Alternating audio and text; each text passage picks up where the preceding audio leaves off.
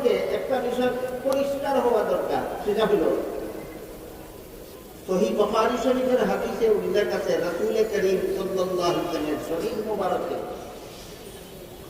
আল্লাহ 4000 বাহাদুর পুরুষের সেক্স পাওয়ার দান করেছিল। সুবহানাল্লাহ। বুঝে থাকতে বলুন তো রাসূলের শরীর মুবারকে কি পরিমাণ পুরুষের যৌন ক্ষমতা ছিল? 4000 সাধারণ পুরুষ না বাহাদুর, 4000 বাহাদুর পুরুষের যৌন ক্ষমতা আল্লাহ একা মুহাম্মদুর রাসূলুল্লাহর শরীরে দান করেছেন। কাজেই একটা পুরুষ যদি একটা মাত্র স্ত্রী বিয়ে করার অধিকার পায়, তবুও রাসূল 4000 স্ত্রী বিয়ে করার অধিকার রাখে। কত স্ত্রী? 4000 স্ত্রী বিয়ে করার অধিকার। আলহামদুলিল্লাহ নাহমাদুহু ওয়া নাস্তাঈনুহু ওয়া নাস্তাগফিরুহু ওয়া নু'মিনু বিহি ওয়া নাতাওয়াক্কালু আলাইহি ونعوذ بالله من شرور أنفسنا ومن سيئات أعمالنا من يهده الله فلا مضل له ومن يضلله فلا هادي له ونشهد أن لا إله إلا الله وحده لا شريك له ونشهد أن سيدنا ونبينا ومولانا محمدا عبده ورسوله صلى الله تعالى عليه وعلى آله وأصحابه وبارك وسلم أما بعد فأعوذ بالله من الشيطان الرجيم بسم الله الرحمن الرحيم إن الذين يغضون أصواتهم عند رسول الله أولئك الذين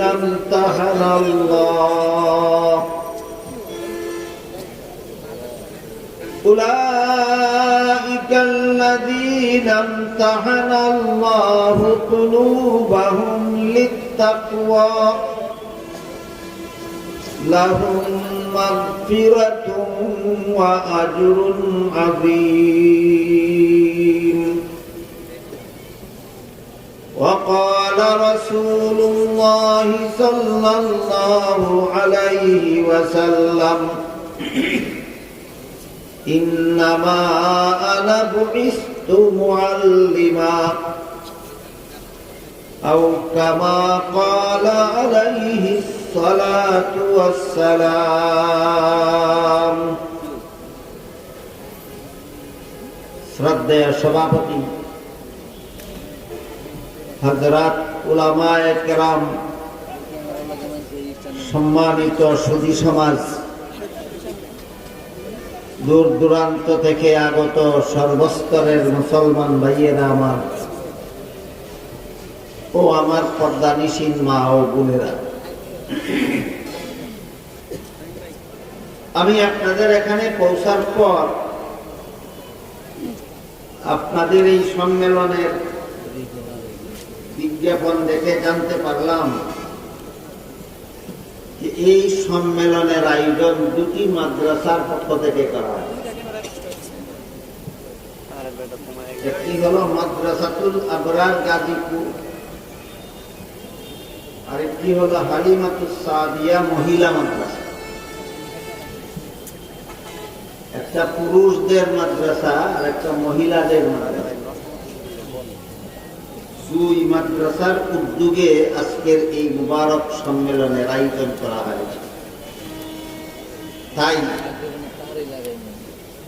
মাদ্রাসা শিক্ষা সম্পর্কে কিছু কথা আপনাদের সামনে তুলে ধরার আশায় আমি পবিত্র কোরআনের সূরা হুজুরাতের ৩ নম্বর আয়াত এবং হযরত রাসূল করিম সাল্লাল্লাহু আলাইহি ওয়াসাল্লামের একটি সংক্ষিপ্ত হাদিস তিলাওয়াত করেছি। তিলাওয়াতকৃত হাদিসে রাসূল বলেন, ইন্নামা আনা বুইস্তু মুআল্লিমা।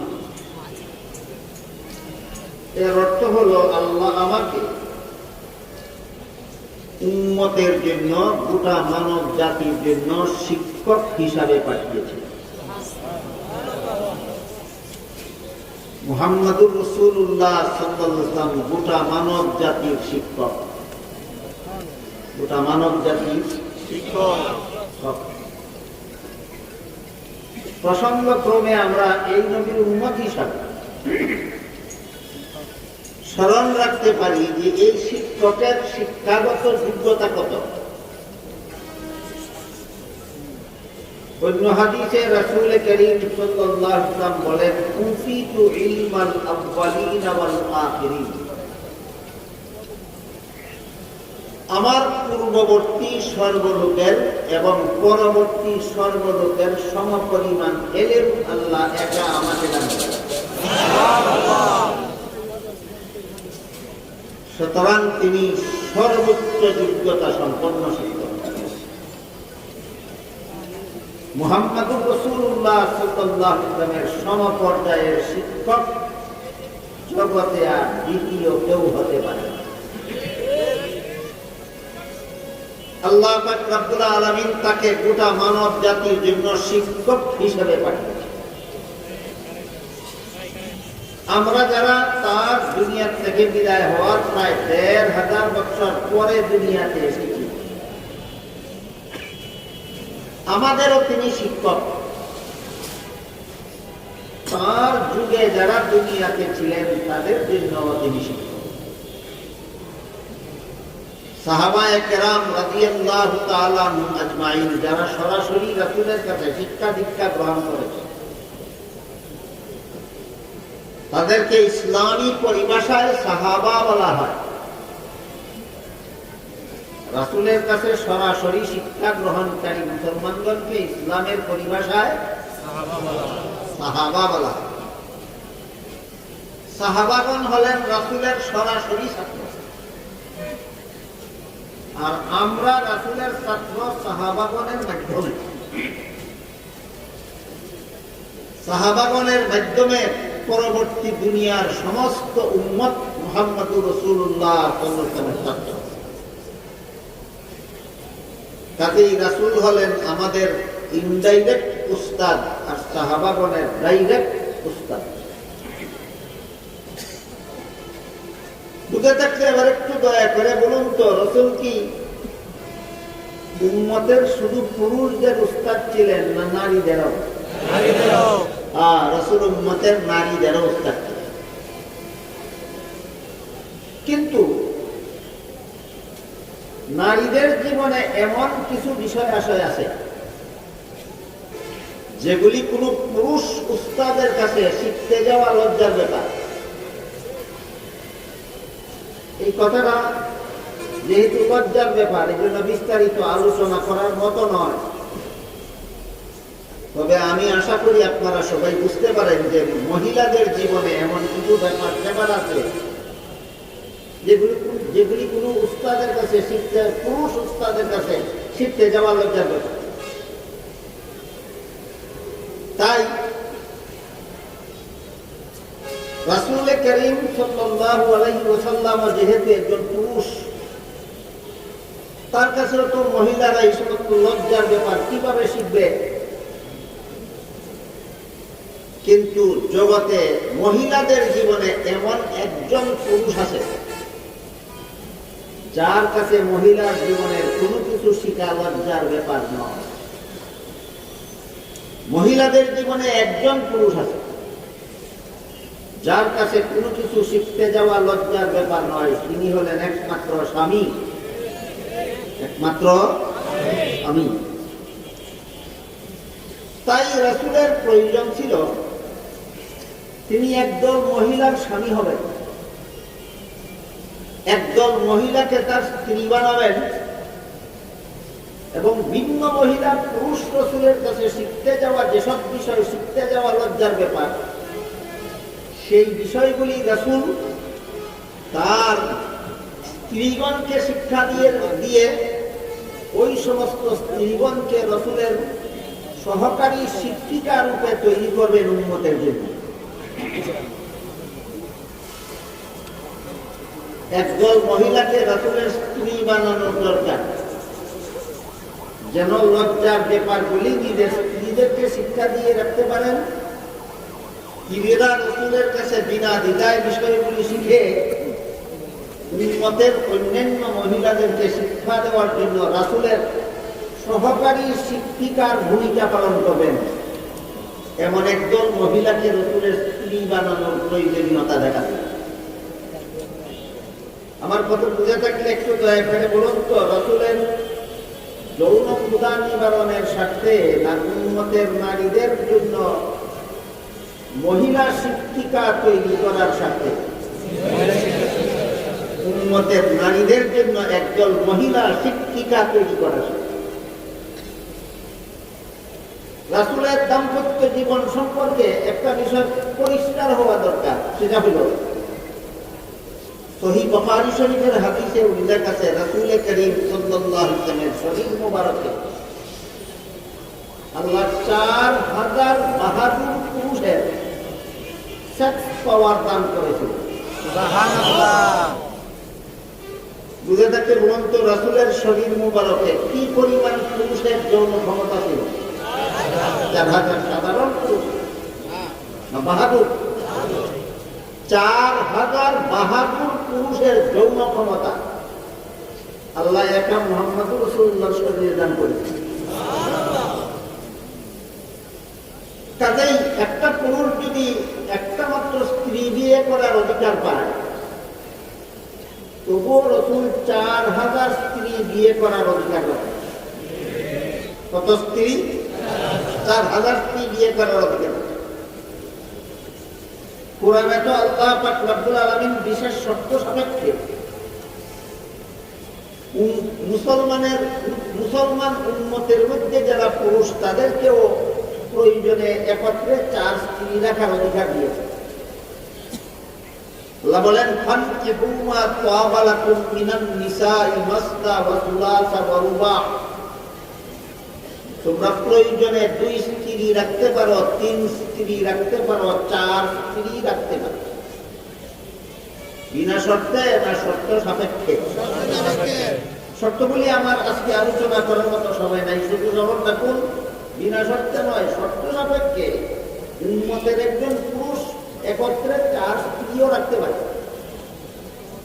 এবার বলুন তো, একটা পুরুষ যদি 4 জন স্ত্রী রাখার অধিকার পায়, তাহলে 4000 পুরুষ কতজন স্ত্রী রাখার অধিকার পায়? সুতরাং যুক্তিসঙ্গত ভাবে রাসূলের 16,000 স্ত্রী রাখার অধিকার ছিল। কত স্ত্রী রাখার অধিকার ছিল? 16,000। কিন্তু রাসূল এতগুলি স্ত্রী রাখেননি। একত্রে তার ঘরে স্ত্রী রেখেছেন মাত্র 9 জন। একত্রে রেখেছেন কতজন? যার 16,000 স্ত্রী রাখার দৈহিক সামর্থ্য ছিল, যার 16,000 স্ত্রী রাখার যৌন ক্ষমতা যার দেহে ছিল, তিনি 16,000 স্ত্রী রাখলেন না কেন? এই প্রশ্নের এক জবাব। 9 স্ত্রী রাখলেন কেন? সেই প্রশ্নের আরেক জবাব। তিনি 16,000 স্ত্রী রাখলেন না কেন? 4,000 স্ত্রী রাখলেন না কেন? এই প্রশ্নের জবাব হলো, রাসূল যৌন ক্ষুধা নিবারণের স্বার্থে বিয়ে করেননি। যদি যৌন ক্ষুধা নিবারণের স্বার্থে বিয়ে করতেন, তাহলে 16,000 বিয়ে করার দরকার ছিল। এই কথাটা দুনিয়ার ইহুদি খ্রিস্টানেরা না জানার কারণে মুসলমানদের নবী মুহাম্মদ রাসূলুল্লাহর বিরুদ্ধে অধিক বিয়ে করার প্রসঙ্গে নানা রকম অপবাদ রটিয়ে থাকে। ইহুদি খ্রিস্টানেরা মুসলমানের নবীর বিরুদ্ধে অপবাদ রটাতেই পারে, যেহেতু তারা ইসলাম সম্পর্কে কিছু জানে না, বরং ইসলামের বিরুদ্ধে তাদের বিদ্বেষ আছে, তাই তারা ইসলামের নবীর বিরুদ্ধে অপবাদ রটাতেই পারে। তাদের জন্য ততটা দুঃখ নয়, কিন্তু দুঃখ হইল ওই সমস্ত তথাকথিত মুসলমানদের ব্যাপারে যারা ইহুদি খ্রিস্টানদের কাছ থেকে শুনে শুনে নিজেরা মুসলমান পরিচয় দিয়েও মুসলমানের নবীর বিরুদ্ধে অধিক বিয়ের ব্যাপারে অপবাদ রটিয়ে দেয়। এরা সত্যিকারের মুসলমান নয়, এরা হলো ইহুদি খ্রিস্টানের দালাল। নাইলে যে নবীকে নবী বলে বিশ্বাস করার কারণে তুমি মুসলমান, সেই নবীর দাম্পত্য জীবনে তুমি অঙ্গুলি নির্দেশ করবা কেন? তুমি যদি ইহুদি খ্রিস্টানের দালাল না। তাই চিরশত্রু ইহুদি খ্রিস্টান এবং ইহুদি খ্রিস্টানের দালালদের এই অভিযোগ থেকে আপনাদের নবীর পবিত্রতা অন্তরে স্থাপন করার জন্য বিষয়টা পরিষ্কারভাবে উন্মত হিসাবে আমাদের সকলের জানা দরকার, বোঝা দরকার, মনে রাখা দরকার। এবার আমরা মূল কথার দিকে ফিরে যাই। রাসূলের 16,000 বিয়ে করার অধিকার ছিল, করেননি কেন? তিনি যৌনকতা নিবারণের উদ্দেশ্যে বিয়ে করেননি একটাও। যৌনকতা নিবারণের জন্য একটা বিয়েও করেননি। দ্বিতীয় প্রশ্ন ছিল 9 বিবি একত্রে রাখলেন কেন? 9 বিবি একত্রে রেখেছিলেন উম্মতের মহিলাদের জন্য একজন সহকারী শিক্ষিকা তৈরি করার। 9 বিবি রেখেছিলেন কেন? উম্মতের মহিলাদের জন্য একজন সহকারী শিক্ষিকা তৈরি করার জন্য। রাসূলের সহকারী শিক্ষিকা তৈরি করার জন্য যে 9 বিবি বিয়ে করেছিলেন, একজন ছাড়া তারা সবাই ছিলেন বিধবা। এমনকি রাসূলের জীবনের প্রথম বিয়ে, 25 বছর বয়সে রাসূল যখন সর্বপ্রথম বিয়ে করেন হযরত খাদিজা রাদিয়াল্লাহু তাআলা আনহা, তখন খাদিজার বয়স 40 বছর এবং তিনি একজন বিধবা মহিলা, কয়েক সন্তানের মা। আছে কি আপনাদের গাজীপুরে অথবা ঢাকায় অথবা সারা বাংলাদেশে 25 বছরের এমন একজন কুমার যুবক যিনি জীবনের প্রথম বিয়ে 40 বছর বয়স্ক একটা বিধবা কয়েক সন্তানের মা মহিলাকে বিয়ে করবে? এমন বিয়ে রাসূল করতে গেলেন কেন? যৌনকতা চরিতার্থ করার স্বার্থে না উম্মতের জন্য, উম্মতের মহিলাদের জন্য সহকারী শিক্ষিকা তৈরি করার স্বার্থে? এইভাবে রাসূল মাত্র একজন স্ত্রী ছাড়া বাকি সমস্ত স্ত্রী বিধবা অবস্থায় তাদেরকে বিয়ে করেছেন। শুধু একজন স্ত্রী বিয়ে করেছিলেন রাসূল, তিনি বিধবা ছিলেন না, কিন্তু তিনিও ছিলেন শিশু। তিনিও কি ছিলেন? একদিকে বিধবা, অপরদিকে শিশু। বিনা ঠেকা বশত কেউ শিশু বিয়ে করবে? আপনাদের মধ্যে আছে এমন কোন যুবক তরুণ যে একটা শিশু বিয়ে করবে? শিশু বিয়ে করলেন কেন? সেই শিশুটা ছিল হযরত আয়েশা রাদিয়াল্লাহু তাআলা। যে মেয়েটাকে রাসূল শিশুকালে বিয়ে করেছিলেন সেই মেয়েটার নাম আয়েশা রাদিয়াল্লাহু তাআলা। পবিত্র কোরআনের এক আয়াতে আল্লাহ বলে দিয়েছেন, রাসূলের সমস্ত স্ত্রীগণ সারা দুনিয়ার সমস্ত মুসলমানের মা। রাসূলের সমস্ত স্ত্রীগণ আমাদের কি? মা। তাহলে আয়েশা রাদিয়াল্লাহু আনহা আমাদের মা, খাদিজা রাদিয়াল্লাহু আনহা আমাদের মা, অন্যান্য বিবিগণ রাসূলের যারা ছিলেন তারা সকলেই আমাদের মা। মা আয়েশাকে রাসূল শিশুকালে বিয়ে করলেন। উম্মতের যে স্বার্থে রাসূল 9 বিয়ে করেছেন, 9 বিবি একত্রে রেখেছিলেন, সেই স্বার্থ সবচেয়ে বেশি বাস্তবায়িত হয়েছে আয়েশার দ্বারা। আয়েশা নারীদের জন্য এত বড় সহকারী শিক্ষিকা ছিলেন, এইরকম নারী শিক্ষিকা জগতে আর দ্বিতীয় আশা করা যায় না। হযরত আয়েশা ছিলেন রাসূলের সহকারী শিক্ষিকাদের মধ্যে সর্বশ্রেষ্ঠ সহকারী শিক্ষিকা। হযরত আয়েশা শিক্ষাগত যোগ্যতার ব্যাপারে ছোট্টখাটো একটা কথা বলব। আগেই বলেছি, মহিলাদের জীবনে এমন কিছু বিষয় আছে যা কোনো পুরুষ শিক্ষকের কাছে শিখতে যাওয়া লজ্জা। মনে আছে? মহিলাদের জীবনে এমন কিছু বিষয় আছে যা কোনো পুরুষ শিক্ষকের কাছে শিখতে যাওয়া লজ্জা। এইরকম একটা বিষয় নিয়ে রাসূলের একজন পুরুষ সাহাবী হযরত উমর ফারুক রাদিয়াল্লাহু, আর একজন পুরুষ সাহাবী হযরত আবু হুরায়রা রাদিয়াল্লাহু, তাদের দুইজনের মধ্যে মহিলাদের যে সমস্ত বিষয়ে কোনো পুরুষ শিক্ষকের কাছে শিখতে যাওয়া লজ্জা, এমন একটা বিষয় নিয়ে তাদের দুজনের মধ্যে একটু মতবিরোধ হয়। মতবিরোধের কারণ আছে, যুক্তিসঙ্গত কারণ। একই ব্যাপারে দুইটা হাদিস দুই রকম। এক হাদিসের মর্ম হল সহবাস সমাপ্ত হলে গোসল ফরজ হয়, আর এক হাদিসের মর্ম হল সহবাস শুরু করা মাত্রই গোসল ফরজ হয়, সমাপ্ত না হলেও গোসল করতে হবে। একই বিষয়ে একরকম হাদিস পাওয়া গেল না দুই রকম? বিষয়টা যদি কেউ কারো বুঝার বাকি থাকে তাদের জন্য আবার বলছি। এক হাদিসে উল্লেখ আছে স্বামী স্ত্রীর মিলামিশা সমাপ্ত হলে পরে গোসল ফরজ হয়, আর এক হাদিসে উল্লেখ আছে স্বামী স্ত্রী সহবাস শুরু করার পরে সমাপ্ত যদি না হয় তবু গোসল ফরজ।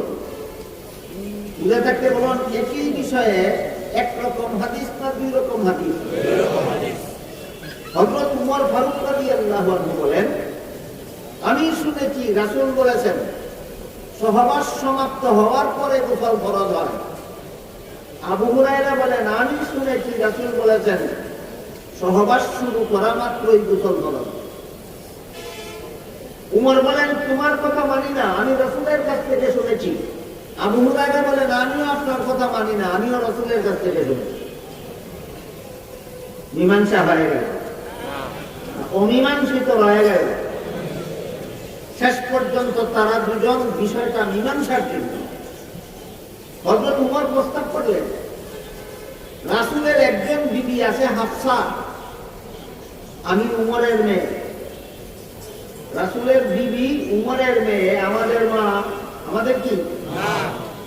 রাসূলের বিবি উমরের মেয়ে, আমাদের মা একজন, নাম তার হাফসা। উমর বলেন, আমার মেয়ে হাফসা নিশ্চয়ই এই দুই হাদিসের বিরুদ্ধ মীমাংসা রাসূলের কাছ থেকে শিখে রেখেছে। চলো আমরা আমার মেয়ে হাফসার কাছে গিয়ে বিরুদ্ধটা মীমাংসা করে ফেলি। আবু হুরায়রা গেলেন, উমর গেলেন, উমরের মেয়ে হাফসার কাছে গিয়ে বললেন, এই দুই হাদিস এর কারণে আমাদের দুইজনের মধ্যে বিরোধ, এর মীমাংসা কি? হাফসা বলেন, যেহেতু উভয়ের দাবি দুই হাদিসের পক্ষে, উমরের দাবির পক্ষেও একটা রাসূলের হাদিস আছে, আবু হুরায়রার দাবির পক্ষেও রাসূলের একটা হাদিস আছে, কাজে এর মীমাংসা আমার দ্বারা সম্ভব নয়। এর যথাযথ মীমাংসা যদি তোমরা পেতে চাও তাহলে একমাত্র আয়েশার কাছে যাও। এবার তারা দুইজন আয়েশার কাছে গেলেন। আয়েশা দুজনের কথা শুনে বললেন, উমর, আপনি যে বলেছেন রাসূলের কাছ থেকে শুনেছেন সহবাস সমাপ্ত হলে পরে গোসল ফরজ হয়, এটা কিছুদিনের জন্য মিয়াদি বিধান ছিল। সেই মিয়াদ যখন ফুরিয়ে গেল তখন থেকে স্থায়ী বিধান দেওয়া হলো সহবাস শুরু করা মাত্রই বিধান ফরজ, গোসল ফরজ। কাজী উমর, আপনার বর্ণিত হাদিসের বিধান রহিত হয়ে গেছে। আবু হুরায়রার বর্ণিত হাদিসের বিধান ঠিক কিয়ামত পর্যন্ত বলবৎ থাকবে। এই বিষয়ের মীমাংসার জন্য প্রথমে নবীর এক বিবির কাছে যাওয়া হয়েছিল। তিনি মীমাংসা দিতে না পেরে মীমাংসার জন্য আয়েশার কাছে পাঠালেন। আয়েশা মীমাংসা দিলেন কিনা? ঘটনার দ্বারা কি বুঝলেন? 9 জন বিবি যে রাসূলের ঘরে রেখেছিলেন উম্মতের জন্য একদল সহকারী শিক্ষিকা তৈরি করার জন্য, এই কাজটা সবচেয়ে সন্তোষজনকভাবে কার দ্বারা সম্পন্ন হয়েছিল? এই কারণে রাসূল শিশু আয়েশাকে বিয়ে করেছিলেন। এই কারণটাও বর্তমান সমাজের অনেক বড় বড় শিক্ষিত পণ্ডিত মুসলমানেরা না জানার কারণে ইহুদি খ্রিস্টানেরা যখন বলে যে মুহাম্মদ মুসলমানের নবী মুহাম্মদ যদি কামুক না হতো, যৌন উন্মাদ না হতো, তাহলে আয়েশার মতো একটা শিশু বিয়ে করলো কেন? এই অভিযোগ, এই অপবাদ মুসলমানের নবী মুহাম্মদুর রাসূলুল্লাহ সাল্লাল্লাহু আলাইহি ওয়াসাল্লামের বিরুদ্ধে। এই অপবাদ ইহুদি খ্রিস্টানের কি অপবাদ? যে মুহাম্মদ যদি কামুক না হতো, মুসলমানের নবী মুহাম্মদ যদি যৌন উন্মাদ না হতো, তাহলে আয়েশার মতো একটা 7 বছরের শিশু বিয়ে করে কেন? ইসলামী শিক্ষা সম্পর্কে বর্তমান সমাজের সাধারণ মুসলমান অনেক দূরত্বের অবস্থান করে, যে কারণে ইহুদি খ্রিস্টানের উত্থাপিত অপবাদটা অনেক শিক্ষিত মুসলমানেরাও লুভে নিয়েছে। এখন একদম শিক্ষিত মুসলমানও বলে যে আমাদের নবী মুহাম্মদ শিশু আয়েশা বিয়া করলেন কেন? 7 বছরের শিশু বিয়া করলেন কেন? যৌন উন্মাদ না হইলে, কামুক না হলে শিশু বিয়া করলেন কেন? আমার কথা বুঝে থাকলে আপনারা বলুন, রাসূল কামুক হওয়ার কারণে, যৌন উন্মাদ হওয়ার কারণে শিশু আয়েশাকে বিয়ে করেছিলেন? সহকারী শিক্ষিকাদের মধ্যে সর্বশ্রেষ্ঠ সহকারী শিক্ষিকা আয়েশা ছিলেন বলে শিশুকালেই তাকে বিয়ে করেছিলেন।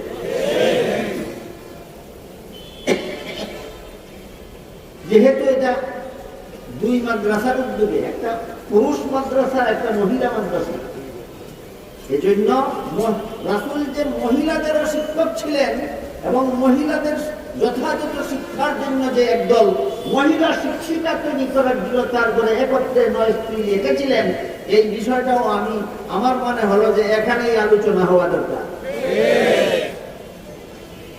তারপর বর্তমান দুনিয়ার ইহুদি খ্রিস্টানেরা ইসলাম ধর্ম, মুসলমান এবং মুসলমানের নবী মুহাম্মদুর রাসূলুল্লাহর বিরুদ্ধে আরো যত অপবাদ রটায়, তার মধ্যে আরেকটি অপবাদ হইল একাধিক বিবাহ কেন্দ্র। নবী তো 9 বিবি একত্রে রেখেছিলেন, উম্মতের জন্য 4-এর বেশি স্ত্রী একত্রে রাখা হারাম।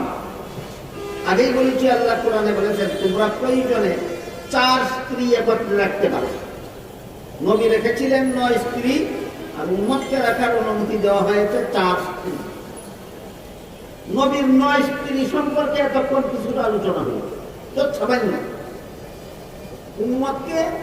উম্মতের এক একটা পুরুষকে 4 জন করে স্ত্রী রাখার অনুমতি দেওয়ার কারণে, ইসলামে অনুমোদিত হওয়ার কারণে, কোরআনের উল্লেখ থাকার কারণে ইহুদি খ্রিস্টানেরা কোরআনের বিরুদ্ধে, ইসলামের বিরুদ্ধে, মুসলমানের বিরুদ্ধে, ইসলাম ধর্মের বিরুদ্ধে যত জঘন্যতম অপবাদ রটায়, এর মধ্যে একটা হলো ইসলাম ধর্মে নারী পুরুষের সমান অধিকার না। পুরুষকে 4 একত্রে 4 স্ত্রী রাখার অধিকার দেয় ইসলাম, কিন্তু নারীকে একত্রে 4 স্বামী রাখার অধিকার দেয় না। সুতরাং ইসলামে নারী পুরুষের সমান অধিকার নাই, ইসলামে নারীদের উপর পুরুষের অগ্রাধিকার দেওয়া হয়েছে। এই ধর্ম কখনো যুক্তিসম্মত ধর্ম হতে পারে না। সমান অধিকারের প্রশ্ন উত্থাপন করেছে ইসলামের বিরুদ্ধে ইহুদি খ্রিস্টানেরা। আমি আগেই বলেছি, ইহুদি খ্রিস্টানেরা উত্থাপন করতেই পারে।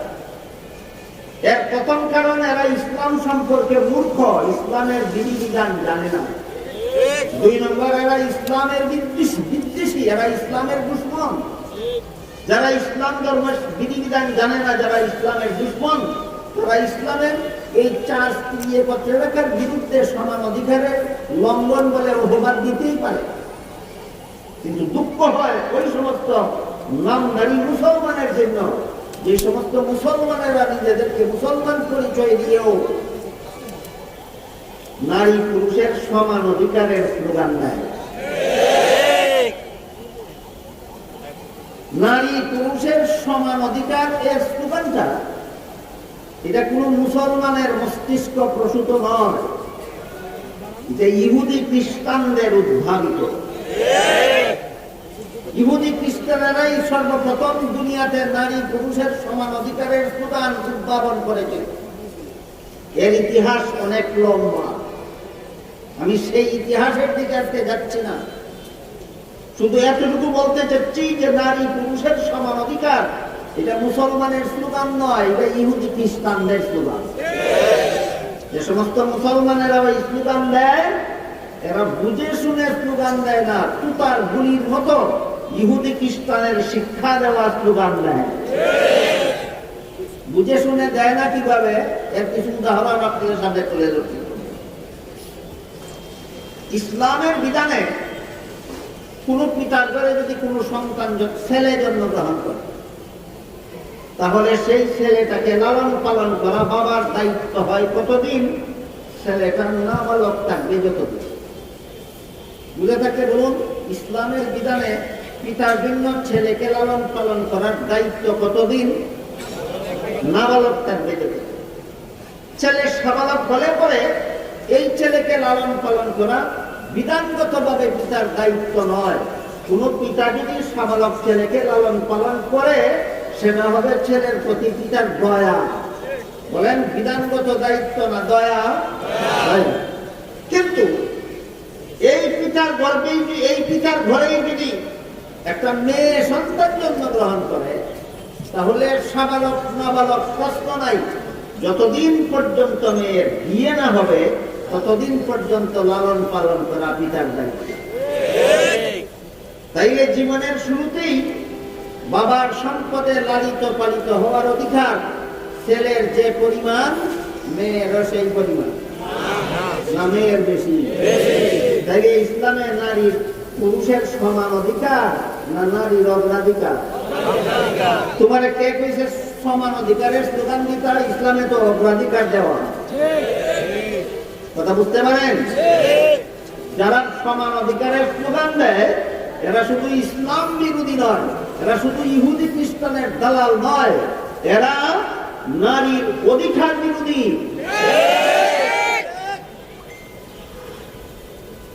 তারপর একটা ছেলে সাবালক হলে যেমন তার বিয়ের দরকার হয়, একটা মেয়েও সাবালক হলে তার বিয়ের দরকার। ছেলের কিছু বেশি দরকার, মেয়ের কিছু কম দরকার, উভয়েরই সমান দরকার, উভয়ের সমান দরকার। যৌবনের ক্ষুধা নিবারণের জন্য ছেলে বিয়ে করলো, যৌবনের ক্ষুধা নিবারণের জন্য মেয়েও বিয়ে করলো, একটা ছেলের সাথে একটা মেয়ের বিয়ে হলো। এই বিবাহের চুক্তি সম্পন্নের বিনিময়ে যদি কোনো অর্থের লেনদেন যুক্তিসঙ্গত হয়, তাহলে ছেলের পক্ষ থেকে মেয়েকে, স্বামীর পক্ষ থেকে স্ত্রীকে যেমন কিছু অর্থ দেওয়া দরকার, তেমনি ভাবে মেয়ের পক্ষ থেকেও ছেলেকে কিছু উপঢৌকন দেওয়া দরকার। যেহেতু একতরফা দরকারে বিয়ে হয়নি, উভয় পক্ষের দরকারে বিয়ে হয়েছে। আবারও বলি, একটা যুবক একটা যুবতী বিয়ে হলো একতরফা দরকারে না উভয়ের দরকারে? উভয়ের দরকারে যদি বিয়ে হয়ে থাকে, তাহলে বিবাহ বন্ধনে আবদ্ধ হওয়ার বিনিময়ে যদি কোনো অর্থের লেনদেন হয়, তাহলে সেটা হবে একতরফা না উভয় পক্ষে? উভয় পক্ষে, সেটাই যুক্তিসঙ্গত। কিন্তু ইসলাম বলে না, মেয়ে স্বামীকে কিছুই দিবে না, স্বামী তার স্ত্রীকে মোহারানা দেবে। এটা হইল নারী পুরুষের সমান অধিকার না নারীর অগ্রাধিকার? এই পর্যন্তই শেষ নয়। ইহুদি খ্রিস্টানদের শিক্ষা দেওয়া ভুলিটা যে সমস্ত মুসলমান তুতাপাতিরা তুতার ভুলির মতো জপে, এদের জপা যদি আপনারা গ্রহণ করে ফেলেন, আজকে যদি আপনারা সিদ্ধান্ত নেন যে আজকে থেকে আমাদের সমাজের নারী পুরুষের সমান অধিকার, তাহলে আগামীকাল থেকেই একটা বিয়ের আগের অনুষ্ঠানে মেয়ে যখন বলবে আমাকে 1 লাখ টাকা মোহর দাও, তখন ছেলেও বলবে আমাকে 1 লাখ টাকা যৌতুক দাও। কারণ সমান অধিকার। আমাকে স্বামী রূপে গ্রহণ করার কারণে তোমার যৌবনের ক্ষুধা নিবারণ হবে, এই কারণে আমাকেও 1 লাখ টাকা যৌতুক দাও। স্ত্রী যদি স্বামীর কাছ থেকে 1 লাখ টাকা মোহর গ্রহণ করে, তাহলে স্বামীও স্ত্রীর কাছ থেকে 1 লাখ টাকা যৌতুক গ্রহণ করবে। কোন যুক্তিতে? সমান অধিকারের যুক্তিতে। ইসলাম বলে সমান অধিকার নয়, এখানে নারীর একচেটিয়া অধিকার। তুমি শুধু মোহর দিবে স্ত্রীকে, স্ত্রী তোমাকে 1 পয়সাও যৌতুক দেবে না। ইসলামের বিধানে মোহর দেওয়া ফরজ, যৌতুক দেওয়া হারাম। মোহর দেওয়া ফরজ, যৌতুক নেওয়া হারাম। আমার আলোচনা বুঝে থাকতে বলুন, ইসলাম নারী পুরুষের সমান অধিকার দিয়েছে না নারীর অগ্রাধিকার অথবা একচেটিয়া অধিকার দিয়েছে? যেখানে ইসলাম নারীদেরকে হয়তো অগ্রাধিকার দিয়েছে আর না হয় একচেটিয়া অধিকার দিয়েছে, সেখানে যারা সমান অধিকার দাবি করে, এরা কি বাস্তবে করে নারীদের অধিকার আদায়ের পক্ষে না নারীদের অধিকার খর্ব করার পক্ষে? এরা শুধু ইসলামের দুশমন নয়, এরা নারীদেরও দুশমন।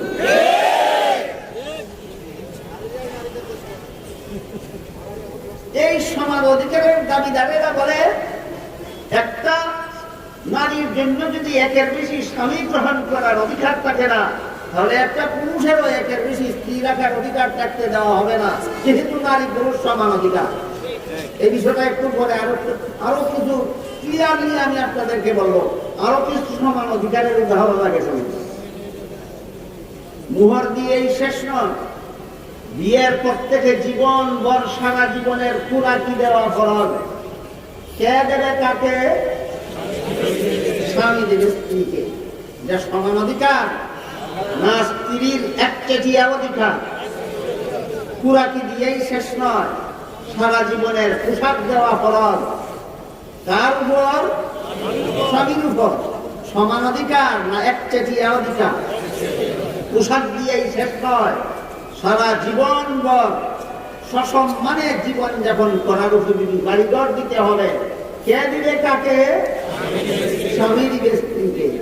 আজকে যদি আপনারা সমান অধিকার কথাটা মেনে নেন, আগামীকাল থেকে যত বিয়ে হবে, প্রত্যেকটা বিয়ের মধ্যে স্বামীরা স্ত্রীকে বলবে, তুই আমার বাপের বাড়ি 1 বছর থাকবে আর আমি তোর বাপের বাড়ি 1 বছর থাকবো, যেহেতু সমান অধিকার।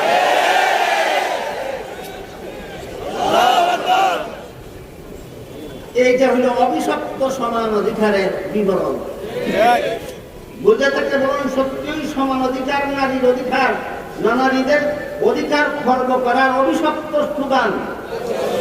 এই অভিশপ্ত স্লোগানটা শিক্ষা দিয়েছে ইহুদি খ্রিস্টান, আর একদল ইহুদি খ্রিস্টানের দালাল নামধারী মুসলমান, মির্জাফর মার্কা মুসলমান, এই নারী পুরুষ সমান অধিকারের স্লোগান দিয়ে সমাজে বেড়ায়। এবার মূল অভিযোগের জবাবের দিকে যাই। একটা স্ত্রী যদি 1-এর বেশি স্বামী রাখতে না পারে, নাকি ইসলামের বিধানে একটা নারী 1-এর বেশি স্বামী রাখতে পারে না? তাহলে একটা পুরুষ কেন 1-এর বেশি স্ত্রী রাখার অধিকার পাবে? এই বৈষম্য কেন? সাম্য হওয়া দরকার, সমান অধিকার হওয়া দরকার। আমি খুব সংক্ষেপে বলতে চাই, এখানেও যদি আমরা নারী পুরুষের সমান অধিকার মেনে নেই, তথাকথিত সমান অধিকারের দাবিদারদের দাপটে এখানেও যদি আমরা নারী পুরুষের সমান অধিকার মেনে নেই, যে একটা নারীর যেমন 1-এর বেশি স্বামী রাখার অধিকার নাই, তেমনি ভাবে একটা পুরুষেরও 1-এর বেশি স্ত্রী রাখার অধিকার নাই, যদি মেনে নেই, তাহলে যে মহাসংকটের সৃষ্টি হবে সেটা হলো, কয়েক বছর আগের হিসাব মতে বাংলাদেশের পুরুষের তুলনায় মহিলাদের সংখ্যা ছিল 50 লক্ষ বেশি। বাংলাদেশে যে পরিমাণ পুরুষ আছে তার চেয়ে 50 লক্ষ বেশি নারী আছে। এই হিসাব কয়েক বছর আগে, আজকাল আরো বেড়েছে। আমি আজকালের হিসাব বাদ দিয়া কয়েক বছর আগেরটাই বলি। বাংলাদেশে যে পরিমাণ পুরুষ আছে এর থেকে 50 লক্ষ নারী বেশি আছে। এখন একটা পুরুষে একটা মাত্র স্ত্রী বিয়ে করলো, সব মহিলাদের বিয়ে হয়ে গেল সব পুরুষের সাথে, আরো 50 লক্ষ মহিলা বাকি থাকবে কিনা বিয়ে হওয়ার? এদের কপালে একটা স্বাধীনতা কোনোদিন ঝুঁকবে না, তথাকথিত সমান অধিকারবাদের স্লোগান গ্রহণ করবে। ইসলাম ১৫০০ বছর আগে আল্লাহ আজ থেকে ১৫০০ বছর আগে আল্লাহ জানতেন না যে পৃথিবীর মানচিত্রে বাংলাদেশ নামে নতুন একটা দেশ স্বাধীন হবে। সেই দেশের লোক সংখ্যা হবে ১৬ কোটি, সেটাও আল্লাহ জানতেন না। সেই দেশের লোক সংখ্যার মধ্যে ৮.৫ কোটি হবে পুরুষ আর ৮.৫ কোটি হবে নারী, সেটাও আল্লাহ জানতেন না। জানতেন। আল্লাহ যদি সব কথাই জানতেন যে মুহাম্মদ রাসূলুল্লাহর আবির্ভাবের ১৫০০ বছর পর পৃথিবীর মানচিত্রে বাংলাদেশ নামে একটা নতুন দেশ স্বাধীন হবে, এক সময় সেই দেশের লোক সংখ্যা হবে ১৬ কোটি, তার মধ্যে ৮.৫ কোটি হবে পুরুষ আর ৮.৫ কোটি হবে নারী। এটা যদি আল্লাহ জানতেন আপনারা বলেন, জেনে শুনেই কি আল্লাহ এই আইন করাটা উচিত ছিল যে একটা নারী যেমন ভাবে একের বেশি স্বামী গ্রহণ করার অধিকার রাখে না, তেমনি ভাবে একটা পুরুষ একের বেশি স্ত্রী রাখার অধিকার রাখে না, সেই আইন যদি তোমাদের মতো দূরদর্শী পণ্ডিতদের মতো আল্লাহ যদি কোরআনে সেই আইন করতেন, আজকে বাংলাদেশের ৫০ লক্ষ নারীর কপালে জীবনে একটা স্বামীও জুটত না।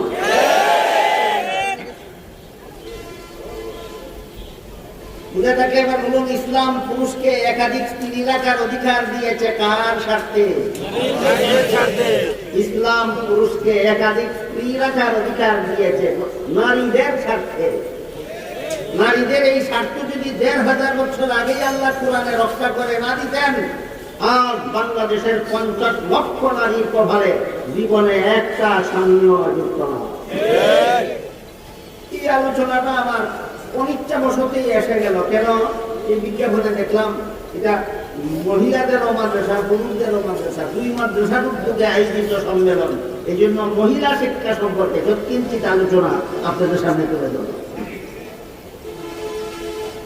মনে করেন কি মুসলমান সমাজের মহিলাদের শিক্ষা সম্পর্কে এই জাতীয় কিছু আলোচনা হওয়া দরকার?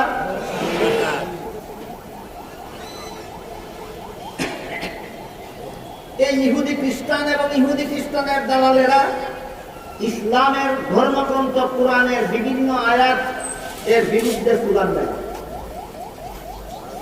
হয়তো সরাসরি আয়াতের বিরুদ্ধে স্লোগান দেয়, আর না হয় কোরআনের কথা আয়াতের কথা বলে না, শুধু আয়াতের বিধানের বিরুদ্ধে স্লোগান দেয়। সরাসরি কোরআনকে ভুল বলেছিল তসলিমা নাসরিন, বলেছিল কোরআন ভুল, আধুনিক যুগে এই কোরআনের বিধান চলতে পারে না, মোল্লারা যদি কোরআনের বিধান চালু করতে চাও তাহলে কোরআনের ভুলগুলি সংশোধন করে না।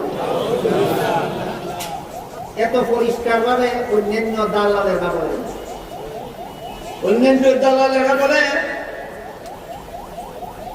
নারী পুরুষের সমান অধিকার, ছেলে যেই বাবার সন্তান, মেয়ে সেই বাবার সন্তান, ছেলের মুখ আছে খাওয়ার দরকার, মেয়েরও মুখ আছে খাওয়ার দরকার, ছেলের শরীর আছে পোশাকের দরকার, মেয়েরও শরীর আছে পোশাকের দরকার, ছেলের জীবন যাপনের জন্য বাড়ি ঘরের দরকার, মেয়েরও জীবন যাপনের জন্য বাড়ি ঘরের দরকার। এমত অবস্থায় একই বাবার সন্তান হওয়া সত্ত্বেও কোরআনের সূরা নিসা এর ১১ নম্বর আয়াতে আল্লাহ বলে দিয়েছেন, ওয়ালিযাকারি মিসলু হাজ্জিল উনসায়াইন, মৃত পিতার তেজ্য সম্পদে ছেলে পাবে ২ অংশ, মেয়ে পাবে ১ অংশ। এখন শুনেছেন না আরো কোনদিন শুনুন? মা বাবা মারা গেলে মা বাবার সম্পদে ছেলে ভাই কত অংশ, মেয়ে ভাই কত অংশ? তসলিমা বলে এই দেখো কোরআনের অভিশাপ, এই দেখো নারীদের প্রতি কোরআনের অভিশাপ। এই মেয়েটা যেই বাবার সন্তান, ছেলেটাও সেই বাবার সন্তান, কিন্তু কোরআন বলে ছেলে পাবে ২ অংশ, মেয়ে পাবে ১ অংশ। এটা পরিষ্কার পরিষ্কার ভাবে নারীদের প্রতি কোরআনের অভিচার।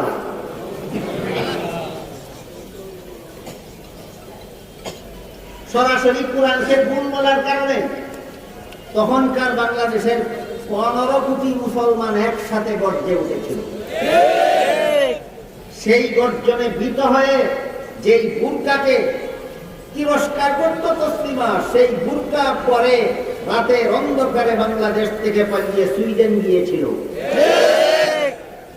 ঘটনাক্রমে যাওয়ার সময় বাংলাদেশে কতগুলি দিন পেরে রেখে গিয়েছে। তসলিমা তো পালিয়ে সুইডেন চলে গেল, এমনি না বাংলাদেশে কিছু দিন পেরে রেখে গেল। তসলিমা দেওয়ার পর পরেই তসলিমার ভাড়া দিনগুলি জুতা শুরু করে। আমার জানা মতো তসলিমার যে সমস্ত ডিম ফেলে গেছিল বাংলাদেশের মধ্যে, যেই ডিমটা সর্বপ্রথম ফুটেছিল, ওই ডিম থেকে যে বাচ্চাটা বের হয়েছিল, বাচ্চাটার নাম ছিল ফরিদা রহমান। তসলিমা সুইডেন যাওয়ার পরে বাংলাদেশে একটা সংসদ নির্বাচন হইল। সেই সংসদ নির্বাচনে ফরিদা রহমান নামের একটা মেয়ে সংসদ সদস্য নির্বাচিত হল। আপনারা যারা শিক্ষিত আছেন অথবা স্কুল কলেজের ছাত্র ছাত্রী যারা আছেন, তারা বলবেন না যে ফরিদা যদি একটা মহিলা হয়ে থাকে, আমি সদস্য এবং নির্বাচিত পুরুষলিঙ্গবোধক শব্দ দুইটা ব্যবহার করলাম কিভাবে? তাইলে তো সদস্যা নির্বাচিতা বলা উচিত ছিল। বলেন মহিলা সদস্যকে সদস্য বলে না সদস্যা? মহিলাকে নির্বাচিত বলে না নির্বাচিতা?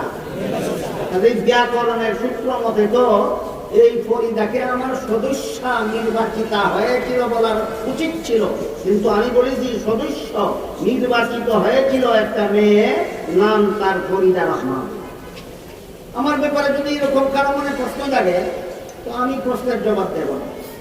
আমি শুধু বলবো, যারা আওয়ামী লীগ করে, আপনারা শেখ হাসিনাকে সরকার দলীয় নেতা বলেন কিনা? আর যারা বিএনপি করেন, তারা খালেদা জিয়াকে বিরোধী দলীয় নেতা বলেন কিনা? এখন তোমার স্ত্রীলিঙ্গ আর পুরুষলিঙ্গ গেল কোথাও? তোমার স্ত্রীলিঙ্গ পুরুষলিঙ্গ ঠিক করার পরে আমার বিরুদ্ধে স্ত্রীলিঙ্গ পুরুষলিঙ্গ ঠিক করার অভিযোগ উঠাইবা। এই বিষয়টা এখানে এই পর্যন্ত। তসলিমার যে সমস্ত ডিম পেরে গেছিল, এইগুলির থেকে সর্বপ্রথম যেই ডিমটা ফুটলো, এই ডিম থেকে বাচ্চা বের হল ফরিদা রহমান। বাংলাদেশের সংসদ নির্বাচনে ফরিদা রহমান সংসদ সদস্য নির্বাচিত হইল। নির্বাচিত হয়েছে, একটা বিবৃতি দিল পত্রিকায়, সেটা হলো, আমি তসলিমার মতো কোরআনকে ভুল বলি না। আমি তসলিমার মতো কোরআনকে ভুল বলি না। কারণ তসলিমা ভুল বলার কারণে তসলিমার পায়ের তালুর নিচে বাংলাদেশের 1 ইঞ্চি মাটিও থাকে নাই। এই কারণে বলে আমি তসলিমার মতো কোরআনকে ভুল বলি না। তবে ভুল বলি না ঘরে কি? তবে কি? তবে হলো আল্লাহ সূরা নিসার 11 নম্বর আয়াতে বলেছেন, ছেলে পাবে 2 অংশ, মেয়ে পাবে 1 অংশ।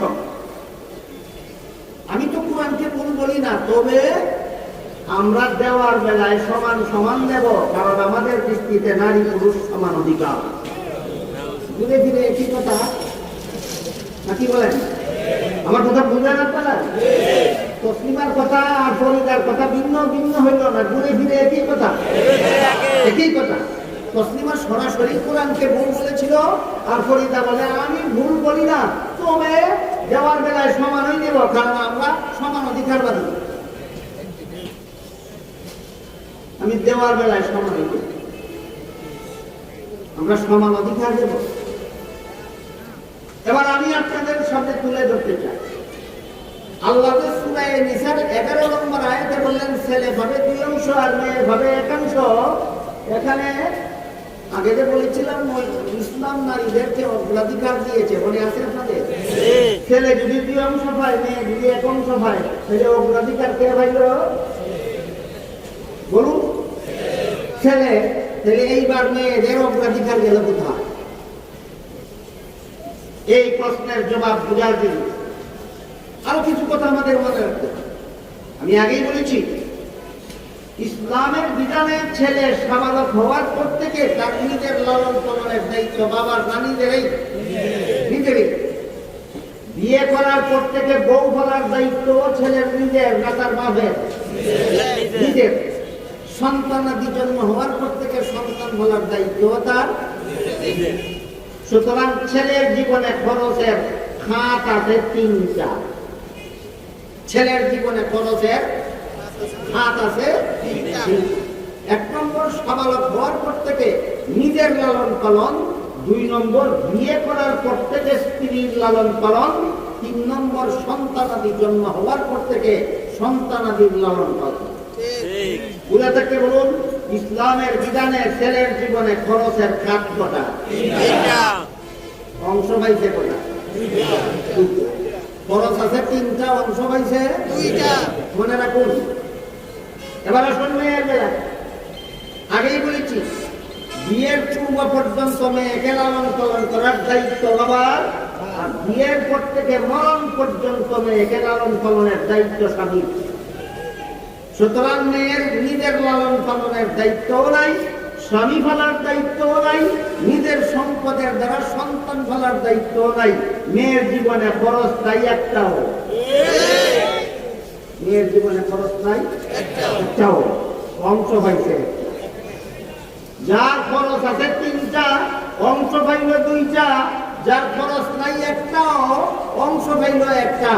এবার বলুন, 2 অংশ পেয়ে ছেলে বেশি পেল না 1 অংশ পেয়ে মেয়ে বেশি পেল? এখানেও ইসলামে নারীরই অগ্রাধিকার। এখানেও ইসলামে নারীরই অগ্রাধিকার। সুতরাং এই সমস্ত আলতু ফালতু কথা যারা বলে, এরা হয়তো ইহুদি খ্রিস্টান, আর না হয় ইহুদি খ্রিস্টানের দালাল।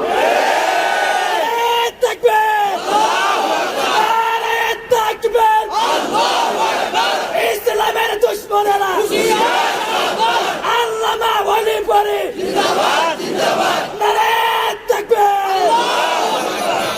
ইসলামের বিধানটা বুঝে থাকলে এবার বলুন, ছেলে 2 অংশ পেয়ে বেশি পেল না মেয়ে 1 অংশ পেয়ে বেশি পেল? এই সমস্ত ইসলাম বিদ্বেষীরা এই কথা বুঝে না, শুধু বুঝে 1 থেকে 2 বেশি। কিসের থেকে কি বেশি? শুধু বুঝে 1 থেকে 2 বেশি। 1 ওয়ালার যে কোনো খরচ হয় নাই, 2 ওয়ালার যে 3 খরচ আছে সেটা বুঝে না, শুধু বুঝে 1 থেকে 2 বেশি। এরা কত বড় শিক্ষিত পণ্ডিত, এটা বুঝার জন্য আপনাদেরকে একটা গল্প বলি। গল্প, একটা গণ্য মূর্খ লোক ছিল, যে লেখাপড়া তো করেই নেই, নাম দস্ত হতো শিখে নেই। এই মূর্খ লোকটা তার ছেলেকে স্কুলে লেখাপড়া করতে দিয়েছে। ছেলে অত্যন্ত মেধাবী ছিল। 10 বছর লেখাপড়া করে স্কুলে সে এসএসসি পাস করলো, ফার্স্ট ডিভিশন ফার্স্ট করে। ফার্স্ট ডিভিশন ফার্স্ট বুঝে থাকলে বলুন তো, ফার্স্ট বয় হয়ে থাকলে রোল নম্বর কত? হ্যাঁ। বাবা শিক্ষিত না মূর্খ? বাবা কিন্তু রুল নম্বর 1 হইলে পরীক্ষায় নম্বর বেশি পায় না রুল নম্বর 10 হইলে পরীক্ষায় নম্বর বেশি পায়? ওটা জানে না, শুধু জানে 1 থেকে 10 বেশি। শুধু কি জানে? 1 থেকে 10 বেশি। এবার পরীক্ষার ফল ঘোষণার পরে বাবা ছেলেকে জিজ্ঞেস করে, এই বেটা পরীক্ষা দিছিলে পাস করছ? পাস করছি। কত নম্বরে? 1 নম্বরে। সর্বনাশ করছ। কি করছি? পাশের বাড়ির ছেলেটা তোর সাথে পরীক্ষা দিয়া সে তো 10 নম্বরে পাস করলো, তুই এত কম নম্বরে পাস করলে কেন? এই গোয়ালে যখন জানে না 10 নম্বরে পাস করলে পরীক্ষার নম্বর বেশি পায় না 1 নম্বরে পাস করলে নম্বর বেশি পায়, ঠিক তেমনি ভাবে ওই সমস্ত শিক্ষিত গোয়ালেরাও জানে না ছেলে 2 অংশ পাইয়া বেশি পায় না মেয়ে 1 অংশ পাইয়া বেশি পায়। দুঃখিত আমি, যেহেতু সাথে মহিলা মাদ্রাসা, এই জন্য মহিলা সংক্রান্ত ইসলামের যে বিধান, সেই সমস্ত বিধানের ব্যাপারে বর্তমান দুনিয়ায় ইহুদি খ্রিস্টানেরা অপবাদ ঘটাচ্ছে সমাজে। আরেকজন জাফরমার্কা মুসলমান ইহুদি খ্রিস্টানের রটানো এই অপবাদগুলি রুখে দিচ্ছে। এই জন্য আলোচনাটা আপনাদের সামনে তুলে ধরতে বাধ্য হব। এবার আমি মূল আলোচনার দিকে ফিরে যাই। বলতেছিলাম, হাদিস শরীফে আল্লাহ রাসূল বলেন, আল্লাহ আমাকে মানব জাতির জন্য শিক্ষক বানিয়ে পাঠিয়েছে। মনে আসা কারো আপনাদের নবী যে মানব জাতির শিক্ষক, আপনাদের নবী যে গোটা উম্মতের শিক্ষক, এই শিক্ষকের কোয়ালিফিকেশন কত?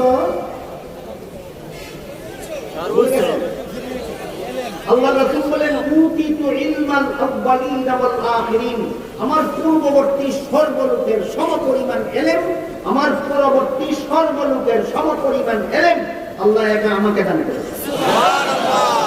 সুতরাং মুহাম্মদুর রাসূলুল্লাহ ছিলেন জগৎ শ্রেষ্ঠ শিক্ষক। মুহাম্মদুর রাসূলুল্লাহ ছিলেন জগৎ শ্রেষ্ঠ শিক্ষক, আর তার সহধর্মিণীগণ ছিলেন জগৎ শ্রেষ্ঠ শিক্ষিকা। তার সহধর্মিণীগণ ছিলেন জগৎ শ্রেষ্ঠ শিক্ষিকা।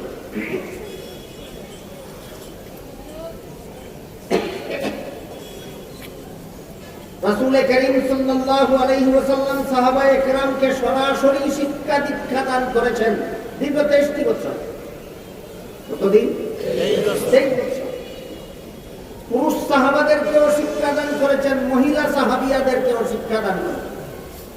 যেগুলি বেশি লজ্জার ব্যাপার সেগুলি রাসূল নিজে না বলে বিবিগণের দ্বারা বলে গেছে।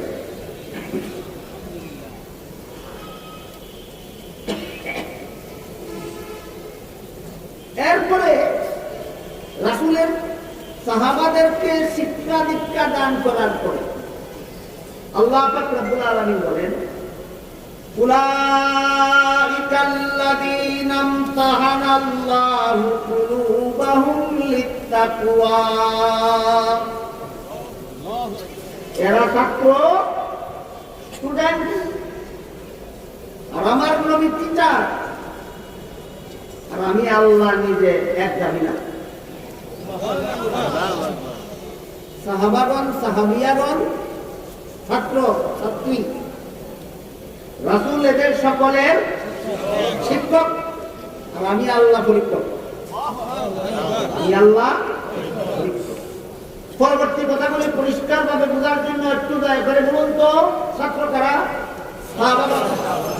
শিক্ষককে? রাসূল। পরীক্ষককে? যে শিক্ষকের দ্বারা শিক্ষাদান করালেন সেই শিক্ষকের দ্বারা পরীক্ষা নিলেন না কেন? আল্লাহ নিজে পরীক্ষা নিলেন কেন? এই এক প্রশ্ন, একটু পরে বলবো প্রশ্নের জন্য।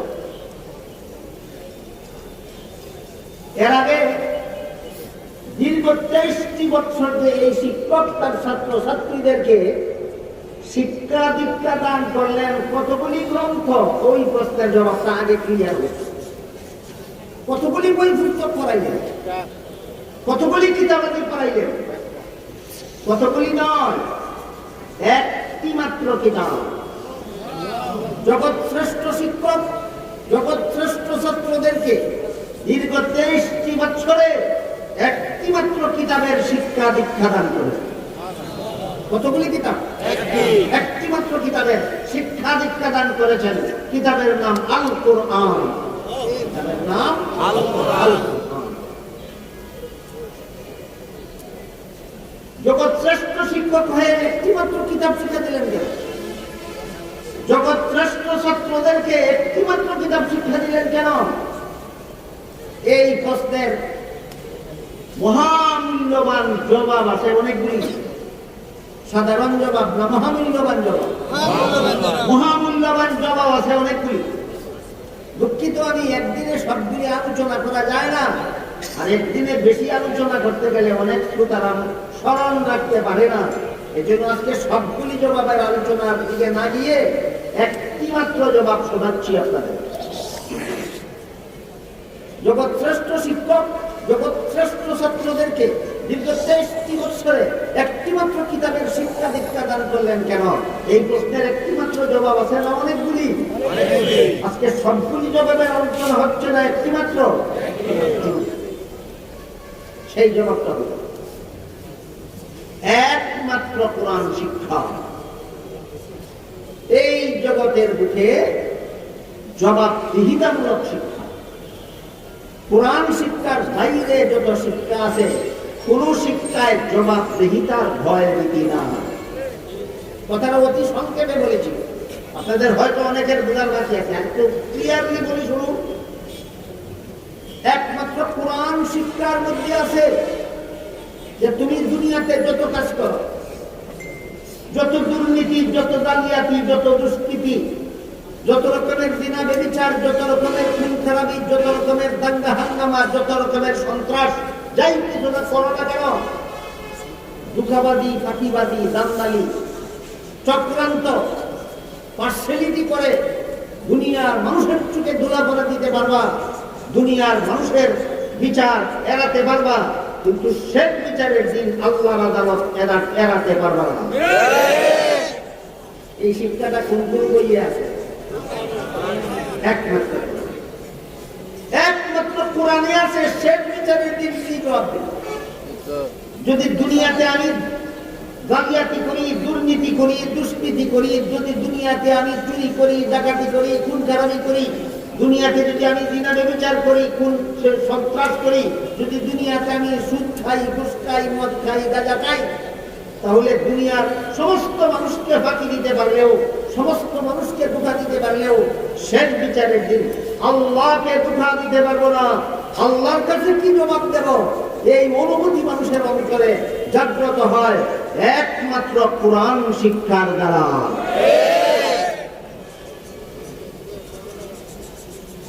বিষয়টা আপনাদেরকে বোঝাবার জন্য একটা উদাহরণ তুলে দিচ্ছি। একটা উদাহরণ হলো আমার জীবনের বাস্তব ঘটনা, এটা কোনো গল্প নয়। আমার জীবনে এক সময়, আজ থেকে হয়তো 30-40 বছর আগের ঘটনা হবে। এক প্রোগ্রাম থেকে বাড়ি ফেরার পথে রেলে বাড়ি যাওয়ার জন্য রেল স্টেশনে গেল, গিয়ে দেখি রেল গাড়ি ছেড়ে দেয়, টিকিট নেওয়ার সুযোগ নেই। টিকিট ছাড়াই রেল গাড়িতে চললাম। সরকারের পক্ষ থেকে রেল গাড়িতে বেতনভোগী কর্মচারী নিযুক্ত থাকে, যারা বিনা টিকিটে রেল চলে তাদেরকে টিকিট বানিয়ে দেবে আর তাদের কাছ থেকে ভাড়া নেবে। বলুন আছে কিনা? আমি রেলে চলেই তার কাছে গেলাম, গিয়া বললাম, ভাই আমি টিকিট দিতে পারিনি, গাড়ি ছেড়ে দিয়েছে, আমি বিনা টিকিটে গাড়িতে চলেছি, আপনি দয়া করে আমাকে একটু টিকিট বানিয়ে দিন আর যা ভাড়া হয় আমার কাছ থেকে নিয়ে যান। তিনি আমাকে একটু রাগান্বিত অবস্থায় বললেন, টিকিট বানিয়ে দেওয়া যাবে না, অথচ সরকার তাকে বেতন দেয় টিকিট বানিয়ে দেওয়ার জন্য। আমাকে বলে টিকিট বানিয়ে দেওয়া যাবে না। আমি বললাম, কেন? আপনার তোর চাকরি এইটা, আপনি টিকিট বানিয়ে দেবেন, এই জন্য আপনাকে সরকার বেতন দেয়, বানিয়ে দেওয়া যাবে না কেন? তিনি বললেন, টিকিট বানিয়ে দিয়ে শুধু ভাড়া দিলেই চলবে না, বিনা টিকিটে রেল চলার জরিমানাও দিতে হবে। আমি বললাম, ভাড়াও দেবো, জরিমানাও দেবো, টিকিট বানিয়ে দিন। তখন আর রাগের সাথে নয়, তখন নম্র ভাষায় বলে, হুজুর আপনার জরিমানাও লাগবে না, ভাড়াও সবটুকু লাগবে না, টিকিট ছাড়া যা ইচ্ছা আমাকে দিয়ে দেন। টিকিট ছাড়া, বলুন তো আপনারা ঘটনা বুঝে থাকলে, টিকিট ছাড়া যাই তাকে দেব, সরকারি তহবিলে যাবে না তার পকেটে থাকবে? এটার নাম হইল নীতিশীলতা না দুর্নীতিবাদী? এই লোকটা অশিক্ষিত বলে সরকার তাকে চাকরি দিয়েছিল। শিক্ষিত শিক্ষিত লোকটা দুর্নীতিবাদ কেন? কোরআন শিক্ষার ছোঁয়া লাগেনি তার অন্তরে। কোরআন শিক্ষার ছোঁয়া যাদের অন্তরে লাগে, দুর্নীতির সাহস থাকে না। মনে মনে ভাবে দুর্নীতি করে দুনিয়ার মানুষ ঠকাতে পারলেও, দুর্নীতি করে সরকারকে ঠকাতে পারলেও শেষ বিচারের দিন দুর্নীতির দ্বারা আল্লাহকে ঠকানো যাবে না। এই অনুভূতি মানুষের অন্তরে জাগ্রত হয় একমাত্র কোরআন শিক্ষার দ্বারা। সুতরাং কোরআন শিক্ষাই সত্যিকারের মানুষ গড়ার শিক্ষা। কোরআন শিক্ষার পরশ যাদের অন্তরে লাগে না, তারা যত বড় শিক্ষিত হবে তত বড় দুর্নীতিবাদ হতে বাধ্য।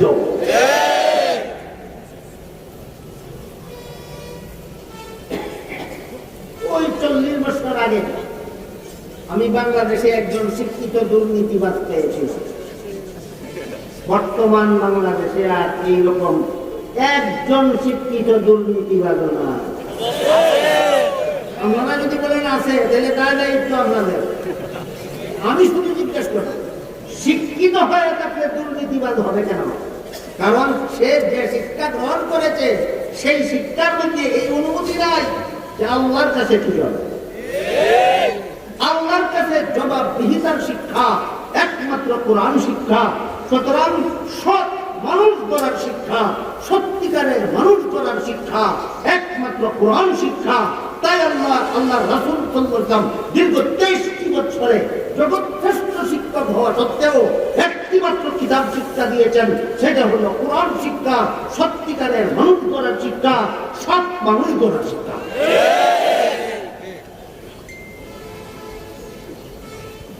আরেকটি ঘটনা শোনাই রাসূলের যুগে। রাসূলের যুগে একটি লোক নূতন ভাবে ইসলাম গ্রহণ করে।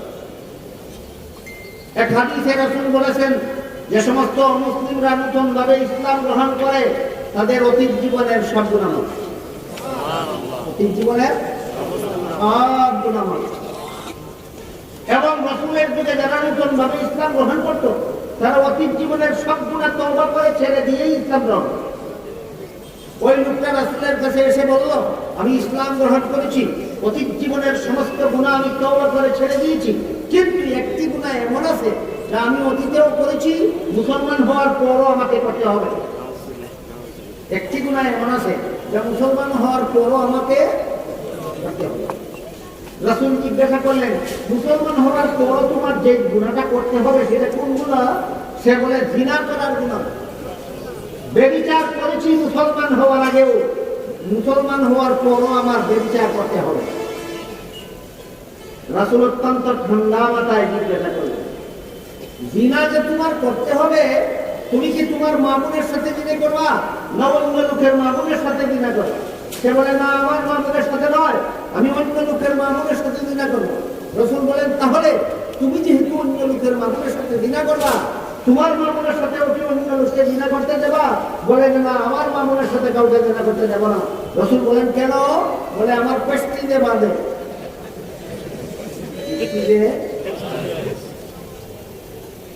রাসূল তখন বললেন, তোমার মা বোনের সাথে অন্য লোকে জিনা করলে যদি তোমার পেশটিতে বাঁধে, তাহলে তুমি যার মা বোনের সাথে জিনা করবা তাদের পেশটিতে বাঁধে না?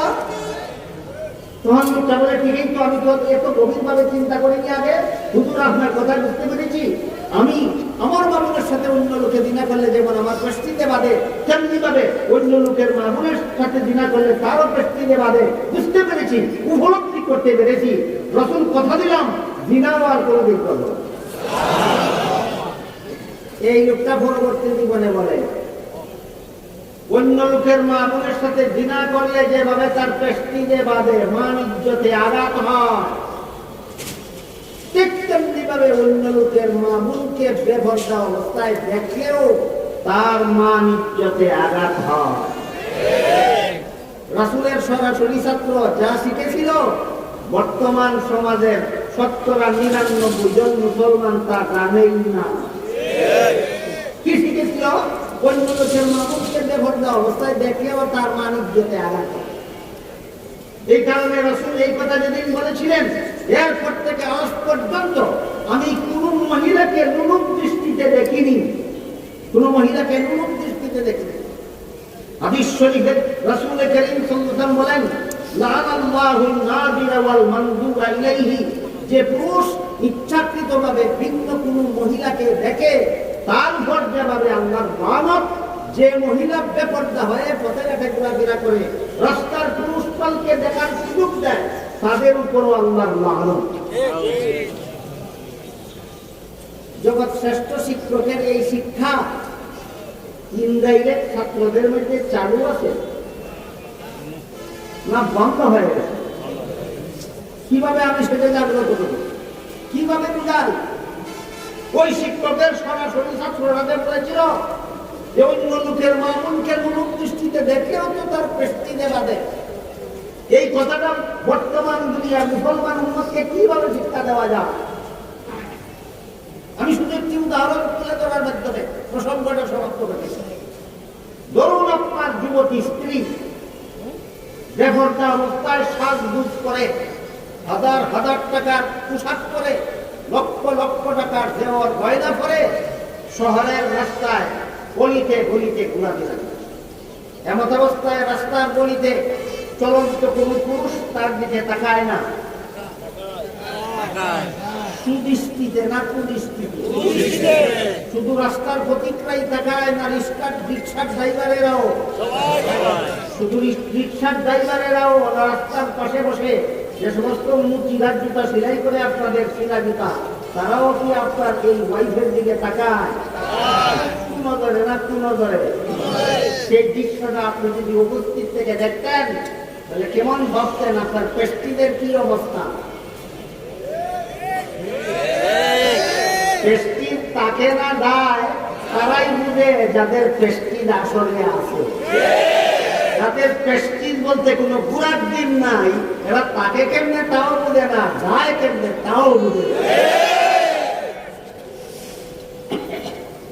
কাজে এদের আর এই অনুমতি নাই। আমার বিবিকে ফাটা অবস্থায় শহরে ঘোরাফেরা করলে রাস্তার পুরুষ বলে কোন ধরে দেখতে শেষ বিচারের দিন আল্লাহর কাছে কি জবাব দিব, এই ভয় নয়। কেন ভয় নাই? কোরআন শিক্ষার পরশ পাই। আরেকটি উদাহরণ দিচ্ছি শুনুন। মিশরের এক কৃষকের ছিল একটা আঙ্গুরের বাগান। আঙ্গুর যখন পাকে তখন চুর বাগানে ঢুকে বাগান থেকে আঙ্গুর চুরি করে নিয়ে যায়। এই কারণে বাগানের মালিক বাগানে একজন পাহারাদার নিযুক্ত করলো। পাহারাদার ছোট্ট একটা কুড়ে ঘর বানিয়ে বাগানের মধ্যখানে দিনে রাতে থাকে আর সদা সর্বদা বাগান পাহারা দেয়। এই পাহারাদারের পরিবারে তার একমাত্র সুন্দরী স্ত্রী ছাড়া আর কোন ছেলে মেয়ে ছিল না। তাই পাহারাদার তার স্ত্রীকে নিয়েই বাগানের ভিতরে থাকে। একদিন বাগানের মালিক বাগানের ভিতরে গিয়ে ওই পাহারাদারের ঘরের ভিতরে ঢুকে বসলো। বসে দেখলো পাহারাদারের স্ত্রী বড় সুন্দরী। পাহারাদারের স্ত্রী বড় সুন্দরী। আর একটু স্ত্রী সুন্দরী হলেও তো তার সামনে তো কিছু করা যায় না। এই জন্য একটা কৌশল করলো লোকটা। কৌশল করে পাহারাদারকে কোন একটা কাজের ফরমাস দিয়ে বাগানের বাইরে পাঠিয়ে গেল। পাহারাদারকে কি করলো? ফরমাস দিয়ে বাগানের বাইরে পাঠিয়ে গেল। বুঝে থাকে বলুন এবার ঘরের ভিতরে কজন? একজন হইল মালিক, আরেকজন হইল পাহারাদারের বউ। মালিকের পাহারাদারের বউকে বলে, এই ঘরের সবগুলি দরজা বন্ধ করো। পরিস্থিতিটা বউয়ে টের হয় কিনা? আমার স্বামীরে অর্ডার দিয়ে কোনো কাজের ফরমাস দিয়ে বাগানের বাইরে পাঠিয়ে দিল। এমন অবস্থায় একা একা ঘরের ভিতরে আমাকে সম্পত্তির দরজা বন্ধ করার অর্ডার দিল। পরিস্থিতি বুঝতে পারতেছি কিনা? পরিস্থিতি বুঝে পাহারাদারের বউয়ে বলল, জনাব আপনার চাকরি করি আমরা, বেতন দেন, পেট পালি। আপনার হুকুম না মানলে তো চাকরিও থাকবে না, বেতনও দিবেন না, পেটও মানতে পারবো না। কাজে আপনি হুকুম দিয়ে তো পাহাড় দরজা বন্ধ করতেই হবে। তবে কথা হইল এই ঘরের মধ্যে এমন একটা দরজা আছে যেই দরজা বন্ধ করার ক্ষমতা কোনো মানুষের না। পাহারাদার জিজ্ঞেস করলো, সেটা কোন দরজা? বলে, ধরুন আপনার কথা মতো যতগুলি দরজা জানালা আপনি দেখতেছেন সবগুলি বন্ধ করলাম। তারপরে এই ঘরের ভিতরে যেই ঘটনাটা ঘটবে সেই ঘটনাটা আল্লাহ দেখবেন কিনা? যখন বলছে আল্লাহ দেখবেন, তখন পাহারাদারের বলে কয়, যেই দরজা দিয়ে আল্লাহ দেখে সেই দরজা বন্ধ করার ক্ষমতা কোনো মানুষের নাই। কাজে তুমি যাই কিছু করো না কেন, শেষ বিচারের দিন আল্লাহর কাছে কি জবাব দেবে? এই কথা শুনে পাহারাদার বাগানের মালিক অপকর্ম না করে লজ্জিত হয়ে পাহারাদারের বউয়ের কাছে জোর হাতে মারছে। উপস্থিত বেবিচার থেকে এই বেবিচারীকে কোন শিক্ষা রক্ষা করলো? শেষ বিচারের দিন আল্লাহর কাছে কি জবাব দেব? একমাত্র কোরআনের সেই শিক্ষা উপস্থিত বেবিচার থেকে এই মালিককে রক্ষা করলো। আরেকটি উদাহরণ দিচ্ছি শুনুন। খলিফা উমর আইন জারি করে দিলেন, ব্যবসায়ীরা অসৎ উপায়ে ব্যবসা করতে পারবে না। দুধের ব্যবসায়ী দুধে পানি মিশাতে পারবে না। একটা গল্প শুনছিলাম এক জায়গায়, এক ব্যক্তি দুধের বাজারে দুধ কিনতে গেছিল বাংলাদেশে। দুধের ব্যবসায়ীকে জিজ্ঞেস করলো, তোমার দুধে পানি মিশাও? সে বলে, আল্লাহর কসম আমি দুধে পানি মিশাই। আজকাল মেশিন আবিষ্কার হয়েছে, মেশিনে দিলেই ধরার পরে কতবার দুধ কতবার পানি। মেশিনে দিয়ে দেখে 1 ভাগ দুধ আর 3 ভাগ পানি। ব্যবসায়ী কি বলছিল? আল্লাহর কসম, আল্লাহর কসম আমি দুধে পানি মিশাই না। যখন মেশিনে ধরা পড়ে গেল কতবার দুধ আর কতবার পানি, তখন কাস্টমার কইল, এই মিয়া মিথ্যা কথা বলছো তাও আবার আল্লাহর নামে কসম খাইয়ে বলছো? বলে, হুজুর আমার কসম ঠিক আছে, আপনি আমার কথা বুঝেননি। কি কথা? আমি কোনোদিন দুধে পানি মিশাই না, আমি সবসময় পানিতে দুধ মিশাইয়া বিক্রি করি। তার কসম ঠিক আছে, এ দুধে কোনোদিন পানি মিশায় না, সবসময় পানিতে দুধ মিশাইয়া বিক্রি করি। সৎ ব্যবসায়ী না অসৎ? উমর আইন জারি করলেন, আমার দেশের কোনো ব্যবসায়ী অসৎ ব্যবসা করতে পারবে না, দুধে পানি মিশাতে পারে। এমন অবস্থায় খলিফা ওমর রাত্রে ছদ্মবেশে গভীর রাতে ঘোরাফেরা করে প্রজাসাধারণের অবস্থা তদন্ত করতেন। গভীর রাতে এক কুড়ে করে সামনে গিয়ে শুনতে পারলেন একটা মেয়ে তার মা বলছে, দুধে পানি মিশাও, রাত পোহারে দুধ বিক্রি করতে হবে। দরজা জানালা বন্ধ করা ঘরের ভিতরে একটা মেয়ে তার মা বলে, দুধে পানি মিশাও, রাত পোহারে বিক্রি করতে হবে। মেয়ে বলে খলিফা ওমরের বিষয়। মেয়ে কি বলে? খলিফা ওমরের বিষয়। মা বলে, এত গভীর রাতে, অন্ধকার রাতে, দরজা জানালা বন্ধ করা রাতে দুধে পানি মিশাইলে খলিফা ওমর দেখবে না। ঘটনা বুঝে থাকতে বলুন, এই আলোচনার সময় খলিফা ওমর কোথায়? ঘরের সামনে দাঁড়ানো, দরজা জানালা বন্ধ। খলিফা ওমর শুনতেছেন। মেয়ে মাকে টক দিল, খলিফা ওমর না দেখলেও আল্লাহ তো দেখবে। আজকে খলিফা ওমরকে ধোঁকা দিতে পারবো, শেষ বিচারের দিন আল্লাহকে ধোঁকা দেওয়া যাবে না। বলেন, এই অনুভূতি মানুষের অন্তরে জাগ্রত হয় কোন শিক্ষার দ্বারা? একমাত্র কোরআন শিক্ষার দ্বারা। সুতরাং দেশের মানুষকে সৎ মানুষ রূপে গড়ে তোলার জন্য, দেশের নাগরিকদেরকে সৎ নাগরিক রূপে গড়ে তোলার জন্য, সমস্ত আদম সন্তানকে সত্যিকারের মানুষ রূপে গড়ে তোলার জন্য কোরআন শিক্ষার কোনো বিকল্প নাই। এই জন্য জগৎ শ্রেষ্ঠ শিক্ষক, জগৎ শ্রেষ্ঠ ছাত্রদেরকে দীর্ঘ 23 বছরে এই কোরআন শিক্ষা দান করেছে। আরেকটি উদাহরণ দিয়ে আজকের মতো কথা শেষ করতেছি। সেই খলিফা ওমরের ঘটনা ইতিহাসে লেখা আছে। খলিফা ওমর এত সাদা সিধা চলতেন, আগের থেকে যে তাকে চিনত না, সে প্রথম দিন দেখলে কল্পনাও করতে পারত না যে এই লোকটা প্রায় অর্ধেকটা পৃথিবী শাসন করে। খলিফা ওমর বাংলাদেশের মতো একটা দেশের শাসনকর্তা ছিলেন না। খলিফা ওমর যেই দেশ শাসন করতেন সেটা প্রায় অর্ধেকটা পৃথিবীর সমান ছিল। খলিফা ওমরের আদর্শ ছিল, যে মানের খানা আমি দেশবাসীর জন্য ব্যবস্থা করতে পারি না, সেই মানের খানা আমার নিজে খাওয়ার অধিকার না। খলিফা ওমরের আদর্শ ছিল, দেশবাসীর জন্য যে মানের পোশাকের ব্যবস্থা করতে পারবো না, সেই মানের পোশাক পরার অধিকার আমার না। খলিফা ওমরের আদর্শ ছিল, দেশবাসীকে যে মানের ঘর নির্মাণের ব্যবস্থা দিতে পারবো না, আমি সেই মান সম্মত ঘরে বসবাস করার অধিকার আমার না। অবস্থায় কি বুঝলেন? অত্যন্ত জাঁকজমকপূর্ণ ছিলেন খলিফা ওমর না অত্যন্ত সাদা সিধা? অত্যন্ত। খলিফা ওমরের সাদা সিধা জীবন যেমনের আরেকটা উদাহরণ দিয়ে এরপরে মূল কথাটা বলে। একবার খলিফা ওমর দেশের জনগণকে মাথা পিছু একটি করে রিলিফের চাদর দিলেন, সরকারি চাদর। মাথা পিছু কথা। তারপরে শুক্রবারে জুমার নামাজের খুতবা দেওয়ার জন্য খলিফা ওমর যখন মিম্বরে দাঁড়ালেন, তখন দেখা গেল তার নিম্নাঙ্গে ভরা একটা সরকারি চাদর, উর্ধাঙ্গে গায়ে দেওয়া আরেকটা সরকারি চাদর। খলিফা ওমরের গায়ে সরকারি চাদর কটা? খুতবা শুরু করার আগে একজন সাধারণ মুসল্লি দাঁড়িয়ে বলে, খলিফাতুল মুসলিমিন, আপনি সুশাসক না কুশাসক? এটা আমার বোঝার বাকি আছে।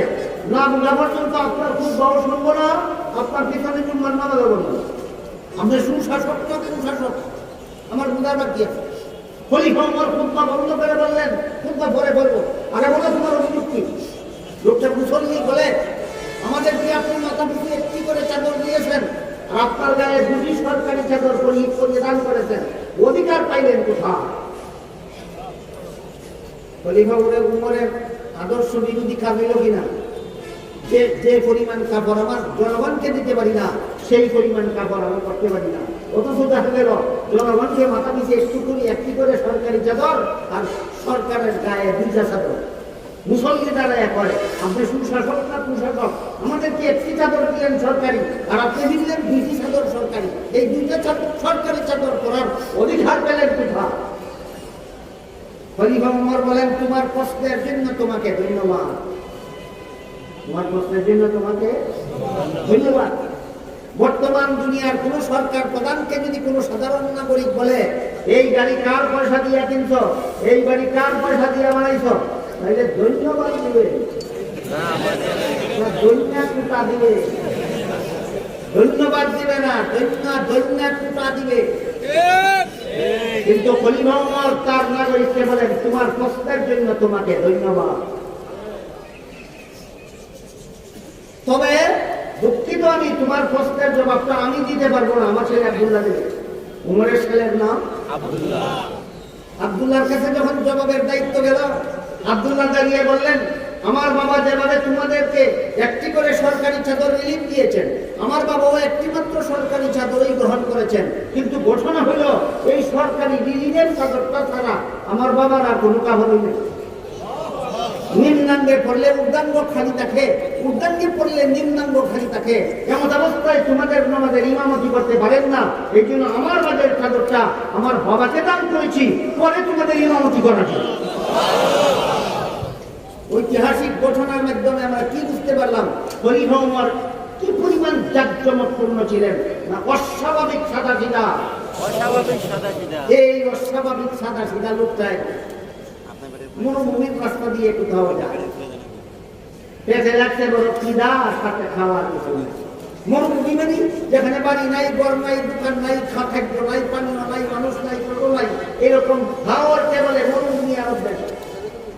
মরুভূমির রাস্তা দিয়ে যাচ্ছেন, সাথে খাওয়ার কিছু নাই, পেটে লাগছে খিদা। এমন অবস্থায় দেখেন খলিফা ওমর দেখেন একটা রাখাল ছেলে এক পাল ছাগলের রাখালি করছে। সে তার ছাগলের পাল থেকে একটা দুধের ছাগল এর দুধ দুহন করে রাখাল ছেলে নিজে পান করেছে। খলিফা ওমর অগ্রসর হয়ে রাখাল ছেলেকে বুঝিয়ে বললেন ভাই রাখাল, আরেকটা ছাগলের দুধ দুহন করে আমাকে একটু পান করতে দাও, আমার পেটে বড় খিদা। রাখাল ছেলে খলিফা ওমরকে চাক্ষুষ ভাবে আর কোনোদিন দেখেনি। কাজী রাখাল ছেলে ভেবেছে যে এইটা একটা মুসাফির। খলিফা ওমর চিনেছে না মুসাফির চিনেছে? মুসাফির। রাখাল ছেলে বলে মুসাফির ভাই, এই ছাগলের পালের মালিক আমি নই, আমি মালিকের বেতনভোগী চাকর। তুমি যেহেতু আমার মালিকের বেতনভোগী চাকর না, তবে মালিকের অনুমতি ছাড়া তোমাকে আমি এক টুকরা দুধ দিতে পারবো। খলিফা ওমরের কি নিবারণ হইল? নিবারণ হলো? হলো না। কিন্তু এতে খলিফা ওমর দুঃখিত হইলেন, বড় আনন্দিত হইলেন। আমার পেটের খিদা গেলে গেল না গেলে নাই, আমার দেশের একটা রাখাল ছেলে এত বড় আমানতদার, যে মালিকের অনুমতি ছাড়া মালিকের মাল কাউকে দেয় না, এতেই আমার আত্মা তুষ্ট। কিন্তু সর্বযুগেই এমন কিছু লোক সমাজে থাকে যারা বক্তব্য দেয় সময় নবীগণের মতো সুন্দর সুন্দর কথা বলে, আর কাজ করে সময় ফেরাউনের মতো কাজ করে। কথা বলে নবীগণের মতো আর কাজ করে ফেরাউনের মতো। এই রাখাল ছেলেটাও আমার সাথে এমন কোনো বাটপারি করলো কিনা, এই ছেলেটাকে পরীক্ষা করতে হবে। তাই খলিফা ওমর রাখাল ছেলে কি বাস্তবিক কথা বলল না বাটপারি করলো মুসাফির লোকটার সাথে, পরীক্ষা করার জন্য খলিফা ওমর বললেন রাখাল ভাই, যদি তুমি বিনামূল্যে একটা ছাগলের দুধ আমাকে না দাও, তাহলে একটা দুধের ছাগল আমার কাছে বিক্রি করে ফেলো, আমি উচিত মূল্য দিয়ে তোমার কাছ থেকে কিনবো। এতে এক্ষুনি আমার খিদা নিবারণের ব্যবস্থা হবে, আর তুমিও বেতনের অতিরিক্ত এক ছাগলের মূল্য অতিরিক্ত। রাখাল ছেলে খলিফা, রাখাল ছেলে প্রতীক মুসাফিরকে জিজ্ঞেস করলো তোমার কথা মতো একটি ছাগল যদি তোমার কাছে বিক্রি করে, তার মূল্যটা যদি আমি আত্মসাৎ করে বেরি, আর দুই এক দিনের মধ্যে মালিক যদি গনে দেখে ছাগল একটা কম, তাহলে তো আমাকে জিজ্ঞাসা করবে ছাগল একটা কম কেন, মালিককে কি জবাব দেবো? মুসাফির লোকটা রাখাল ছেলে খলিফা ওমর ছিলেন না মুসাফির লোকটা? মুসাফির লোকটা বলে মালিক যদি বলে তোমাকে প্রশ্ন করে ছাগল একটা কম কেন, তুমি মালিককে বলবে যে ছাগল একটা বাঘে ধরে নিয়ে গেছে, ছাগল বাঘে ধরে নিয়ে গেলে রাখাল ছেলে ফিরাবার মতো কোনো ক্ষমতা রাখে না, কাজেই তোমার কোনো কৈফিয়ত দিতে হবে না, তুমি নির্দোষ সাব্যস্ত। এই কথা শুনে রাখাল ছেলে মুসাফির লোকটার প্রতি দারুণ ভাবে কেঁপে বলল এই বেটা মুসাফির দাঁড়া, আমি আমার মালিকের বিশ্বস্ত চাকর, আমি যদি বলি ছাগল একটা বাঘে ধরে নিয়ে গেছে, মালিক এক সবার বিশ্বাস করবে, আর কোনো কৈফিয়ত চাইবে না। কিন্তু তুই বল, শেষ বিচারের দিন আল্লাহ যখন জিজ্ঞেস করবেন ছাগল একটা কি করছিলি, তখন কি করবেন? মরুভূমির মধ্যকার একটা রাখাল ছেলেকে একটি ছাগল বিক্রি করে তার আত্মসাৎ করার মতো অসৎ কর্ম থেকে ফিরালো কোন শিক্ষা? এই জন্য জগৎশ্রেষ্ঠ শিক্ষক, জগৎশ্রেষ্ঠ ছাত্রদেরকে দীর্ঘ 23টি বছরে একটি মাত্র কিতাব শিক্ষা দিয়েছেন, যেই কিতাবের শিক্ষা মানুষের অন্তরে এই কথা বদ্ধমূল করে দেয়। দুর্নীতি, জালিয়াতি, দুষ্কৃতি, বাটপারি, পার্সিয়ালিটি যেই কিছু দুনিয়াতে করি না কেন, শেষ বিচারের দিন আল্লাহর কাছে কি হবে? বলেন, এই অনুভূতি মানুষের অন্তরে কোন শিক্ষার দ্বারা জাগ্রত হয়? একমাত্র কোরআন শিক্ষার দ্বারা। সুতরাং মুহাম্মদুর রাসূলুল্লাহ সাল্লাল্লাহু আলাইহি ওয়াসাল্লাম একদল সৎ মানুষ তৈরি করার জন্য, একদল সত্যিকারের মানুষ তৈরি করার জন্য দীর্ঘ 23টি বছরে একটি মাত্র কিতাব শিক্ষা দিয়েছিলেন। সুতরাং এই দীর্ঘ আলোচনার সারমর্ম হলো কোরআন শিক্ষাই একমাত্র সৎ মানুষ গড়ার শিক্ষা। বলেছিলাম একটি প্রশ্নের জবাব করে দেব, সেটা হল সাহাবাগণ ছাত্র, রাসূল শিক্ষক, পরীক্ষককে আল্লাহ কেন নিজে পরীক্ষা নিলেন? সূরা হুজুরাতের 3 নম্বর আয়াতে আল্লাহ বলেন, ইন্নাল্লাযীনা ইয়াগুদ্দুনা আসওয়াতাহুম ইনদা রাসূলিল্লাহি উলাইকাল্লাযীনা ইমতাহানাল্লাহ। রাসূলের দরবারে যারা আসতে কথা বলে, অর্থাৎ সাহাবায়ে কেরাম, এরা রাসূলের ছাত্র, রাসূলের উস্তাদ, কিন্তু আমি আল্লাহ এদের পরীক্ষক। যদি অবস্থা এমন হতো, আল্লাহ রাসূল কি বলতেন? কষ্ট করে 23 বছর শিক্ষা দীক্ষা দিয়েছেন, পরীক্ষাটা আপনি নিয়ে ফেলুন। আর রাসূল যদি পরীক্ষা নিতেন, শিক্ষক যিনি, পরীক্ষক যদি তিনি হতেন, আর যদি ঘটনাক্রমে সবগুলি ছাত্র ফার্স্ট ডিভিশনে পাস করত, ঘটনাক্রমে সবগুলি ছাত্র যদি ফার্স্ট ডিভিশনে পাস করত, তাহলে যারা রাসূলের দুষ্পুতে, যারা সাহাবায়ে কেরামের দুষ্পুতে, এরা বলতে পারতো নিজেই লেখাপড়া করাইছে, নিজেই পরীক্ষা লইছে, স্বজনপ্রীতিমূলক ভাবে নিজের ছাত্রগুলিকে, সবগুলি ছাত্রকে ফার্স্ট ডিভিশন দিয়ে দিতে। এই অভিযোগ উঠাইতে পারতো যারা রাসূলের দুষ্পুতে, যারা রাসূলের ছাত্রদের দুষ্পুতে। আল্লাহ চিরকালের জন্য রাসূলের দুষ্পুতার পথ বন্ধ করে দিয়ে রাসূলের ছাত্র সাহাবায়ে কেরামের সিদ্ধান্তের পথ চিরতরে বন্ধ করে দিয়ে বলেন, রাসূল আমার শিক্ষক হলেও পরীক্ষক আমি আল্লাহ। পরীক্ষাটা কি? মাত্র পরীক্ষার প্রশ্ন মাত্র একটা। কি প্রশ্ন? আমার নবীর কাছে কি তুমি 23 বছর 30 পারা কোরআনের লেখাপড়া করেছ? এর ফলাফল হিসাবে অন্তরে কি তাকওয়া হাসিল করেছ? অন্তরে কি তাকওয়া হাসিল? হযরত উমর ফারুক রাদিয়াল্লাহু তাআলা আনহু হযরত উবাই ইবনে কাব রাদিয়াল্লাহু আনহুকে প্রশ্ন করেছিলেন, কুরআনে যে আল্লাহ বারবার বলেছেন তাকওয়া তাকওয়া তাকওয়া, জিনিসটা কি? উবাই ইবনে কাব হযরত উমরকে সুজা জবাব না দিয়ে পাল্টা প্রশ্ন করলেন, হযরত উমর আপনি কি কাঁটাতার গাছের ভরা জঙ্গল দেখেছেন কোনদিন? যেই জঙ্গল কাঁটাতার গাছে ভরা? উমর বলেন দেখেছি। উবাই জিজ্ঞাসা করেন, কাঁটাতার গাছে ভরা জঙ্গল দিয়ে গিয়েছেন কোনদিন? উমর বলেন গিয়েছি। উবাই জিজ্ঞাসা করেন, যেই জঙ্গল কাঁটাতার গাছে ভরা, এমন জঙ্গল দিয়ে গেলেন কিভাবে? উমর বলেন এমন ভাবে শরীর কাপড় সামলে গিয়েছি যেন আমার গায়ে কোনো কাঁটা না লাগে। উবাই বলেন এই জন্য গোটা দুনিয়াটা হাজারো রকমের গুনার কাঁটাতার গাছে ভরা জঙ্গলের নাম। দুনিয়া এমন একটা জঙ্গলের নাম, যেই জঙ্গলে হাজারো রকমের, লক্ষ রকমের, কোটি কোটি প্রকারের গুনার কাঁটাতার গাছে ভরা। এই গুনার কাঁটাতার গাছে ভরা জঙ্গলের ভিতর দিয়ে প্রতিটি মানুষের জান্নাতে যাওয়ার পথ। বলেন দুনিয়ার বাইরে দিয়ে আপনাদের জান্নাতে যাওয়ার পথ না দুনিয়ার ভিতর দিয়ে? কাজেই এই দুনিয়ার ভিতর দিয়ে এমন ভাবে যদি তুমি জীবন যাপন করো, যেভাবে জীবন যাপন করলে কোনো গুনাহ তোমার সাথে কবরে না যায়, তাহলে তোমার তাকওয়া হাসিল হলো। তাহলে তোমার কি হাসিল হলো? তাকওয়া হাসিল হলো।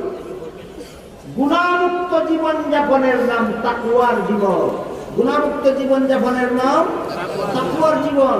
কোরআন এইটা শিক্ষা দেয় মৌলিকভাবে, গুণামুক্ত জীবন যাপন করো, কোনো গুণা যেন তোমার সাথে কবরে না যায়, তোমার জান্নাতে প্রবেশ করার পথে কোনো বাধা না। কাজেই আমরা যারা কোরআন শিখি, আমরা যারা কোরআন শিখাই, আমরা যারা কোরআন শিক্ষার্থী, আমরা যারা কোরআন শিক্ষা প্রতিষ্ঠান মাদ্রাসার সম্মেলনে এসেছি, এখান থেকে কি নিয়ে যাব? একটি শিক্ষা নিয়ে যাব। আমি যদি তাকওয়া গুণামুক্ত জীবন যাপনের অনুশীলন করতে পারি, তাহলে কোরআন শিক্ষার পরশ আমার অন্তরে লেগেছে, আমার জান্নাতে যাওয়ার পথে কোনো বাধা না। মাদ্রাসার সম্মেলনে এসেছেন, কে কি নিয়ে যাবেন? একটি কথা নিয়ে যান, মাদ্রাসা শিক্ষার মূল কথা তাকওয়া। আমি গুনাহমুক্ত হয়ে কবরে প্রবেশ করতে হবে, তাহলে আমার জান্নাতে প্রবেশ করতে আর কোনো বাধা নাই। বলুন, মাদ্রাসার সম্মেলন থেকে এই শিক্ষা আমরা সবাই নিয়ে বাড়ি যেতে পারি? আল্লাহ আল্লাহ আমাদের সবাইকে তো তাকওয়া হাসিল করার তৌফিক দান করুন। সুবহান রাব্বিকা রাব্বিল ইজ্জাতি আম্মা ইয়াসিফুন ওয়া সালামুন আলাল মুরসালিন আলহামদুলিল্লাহি রাব্বিল আলামিন।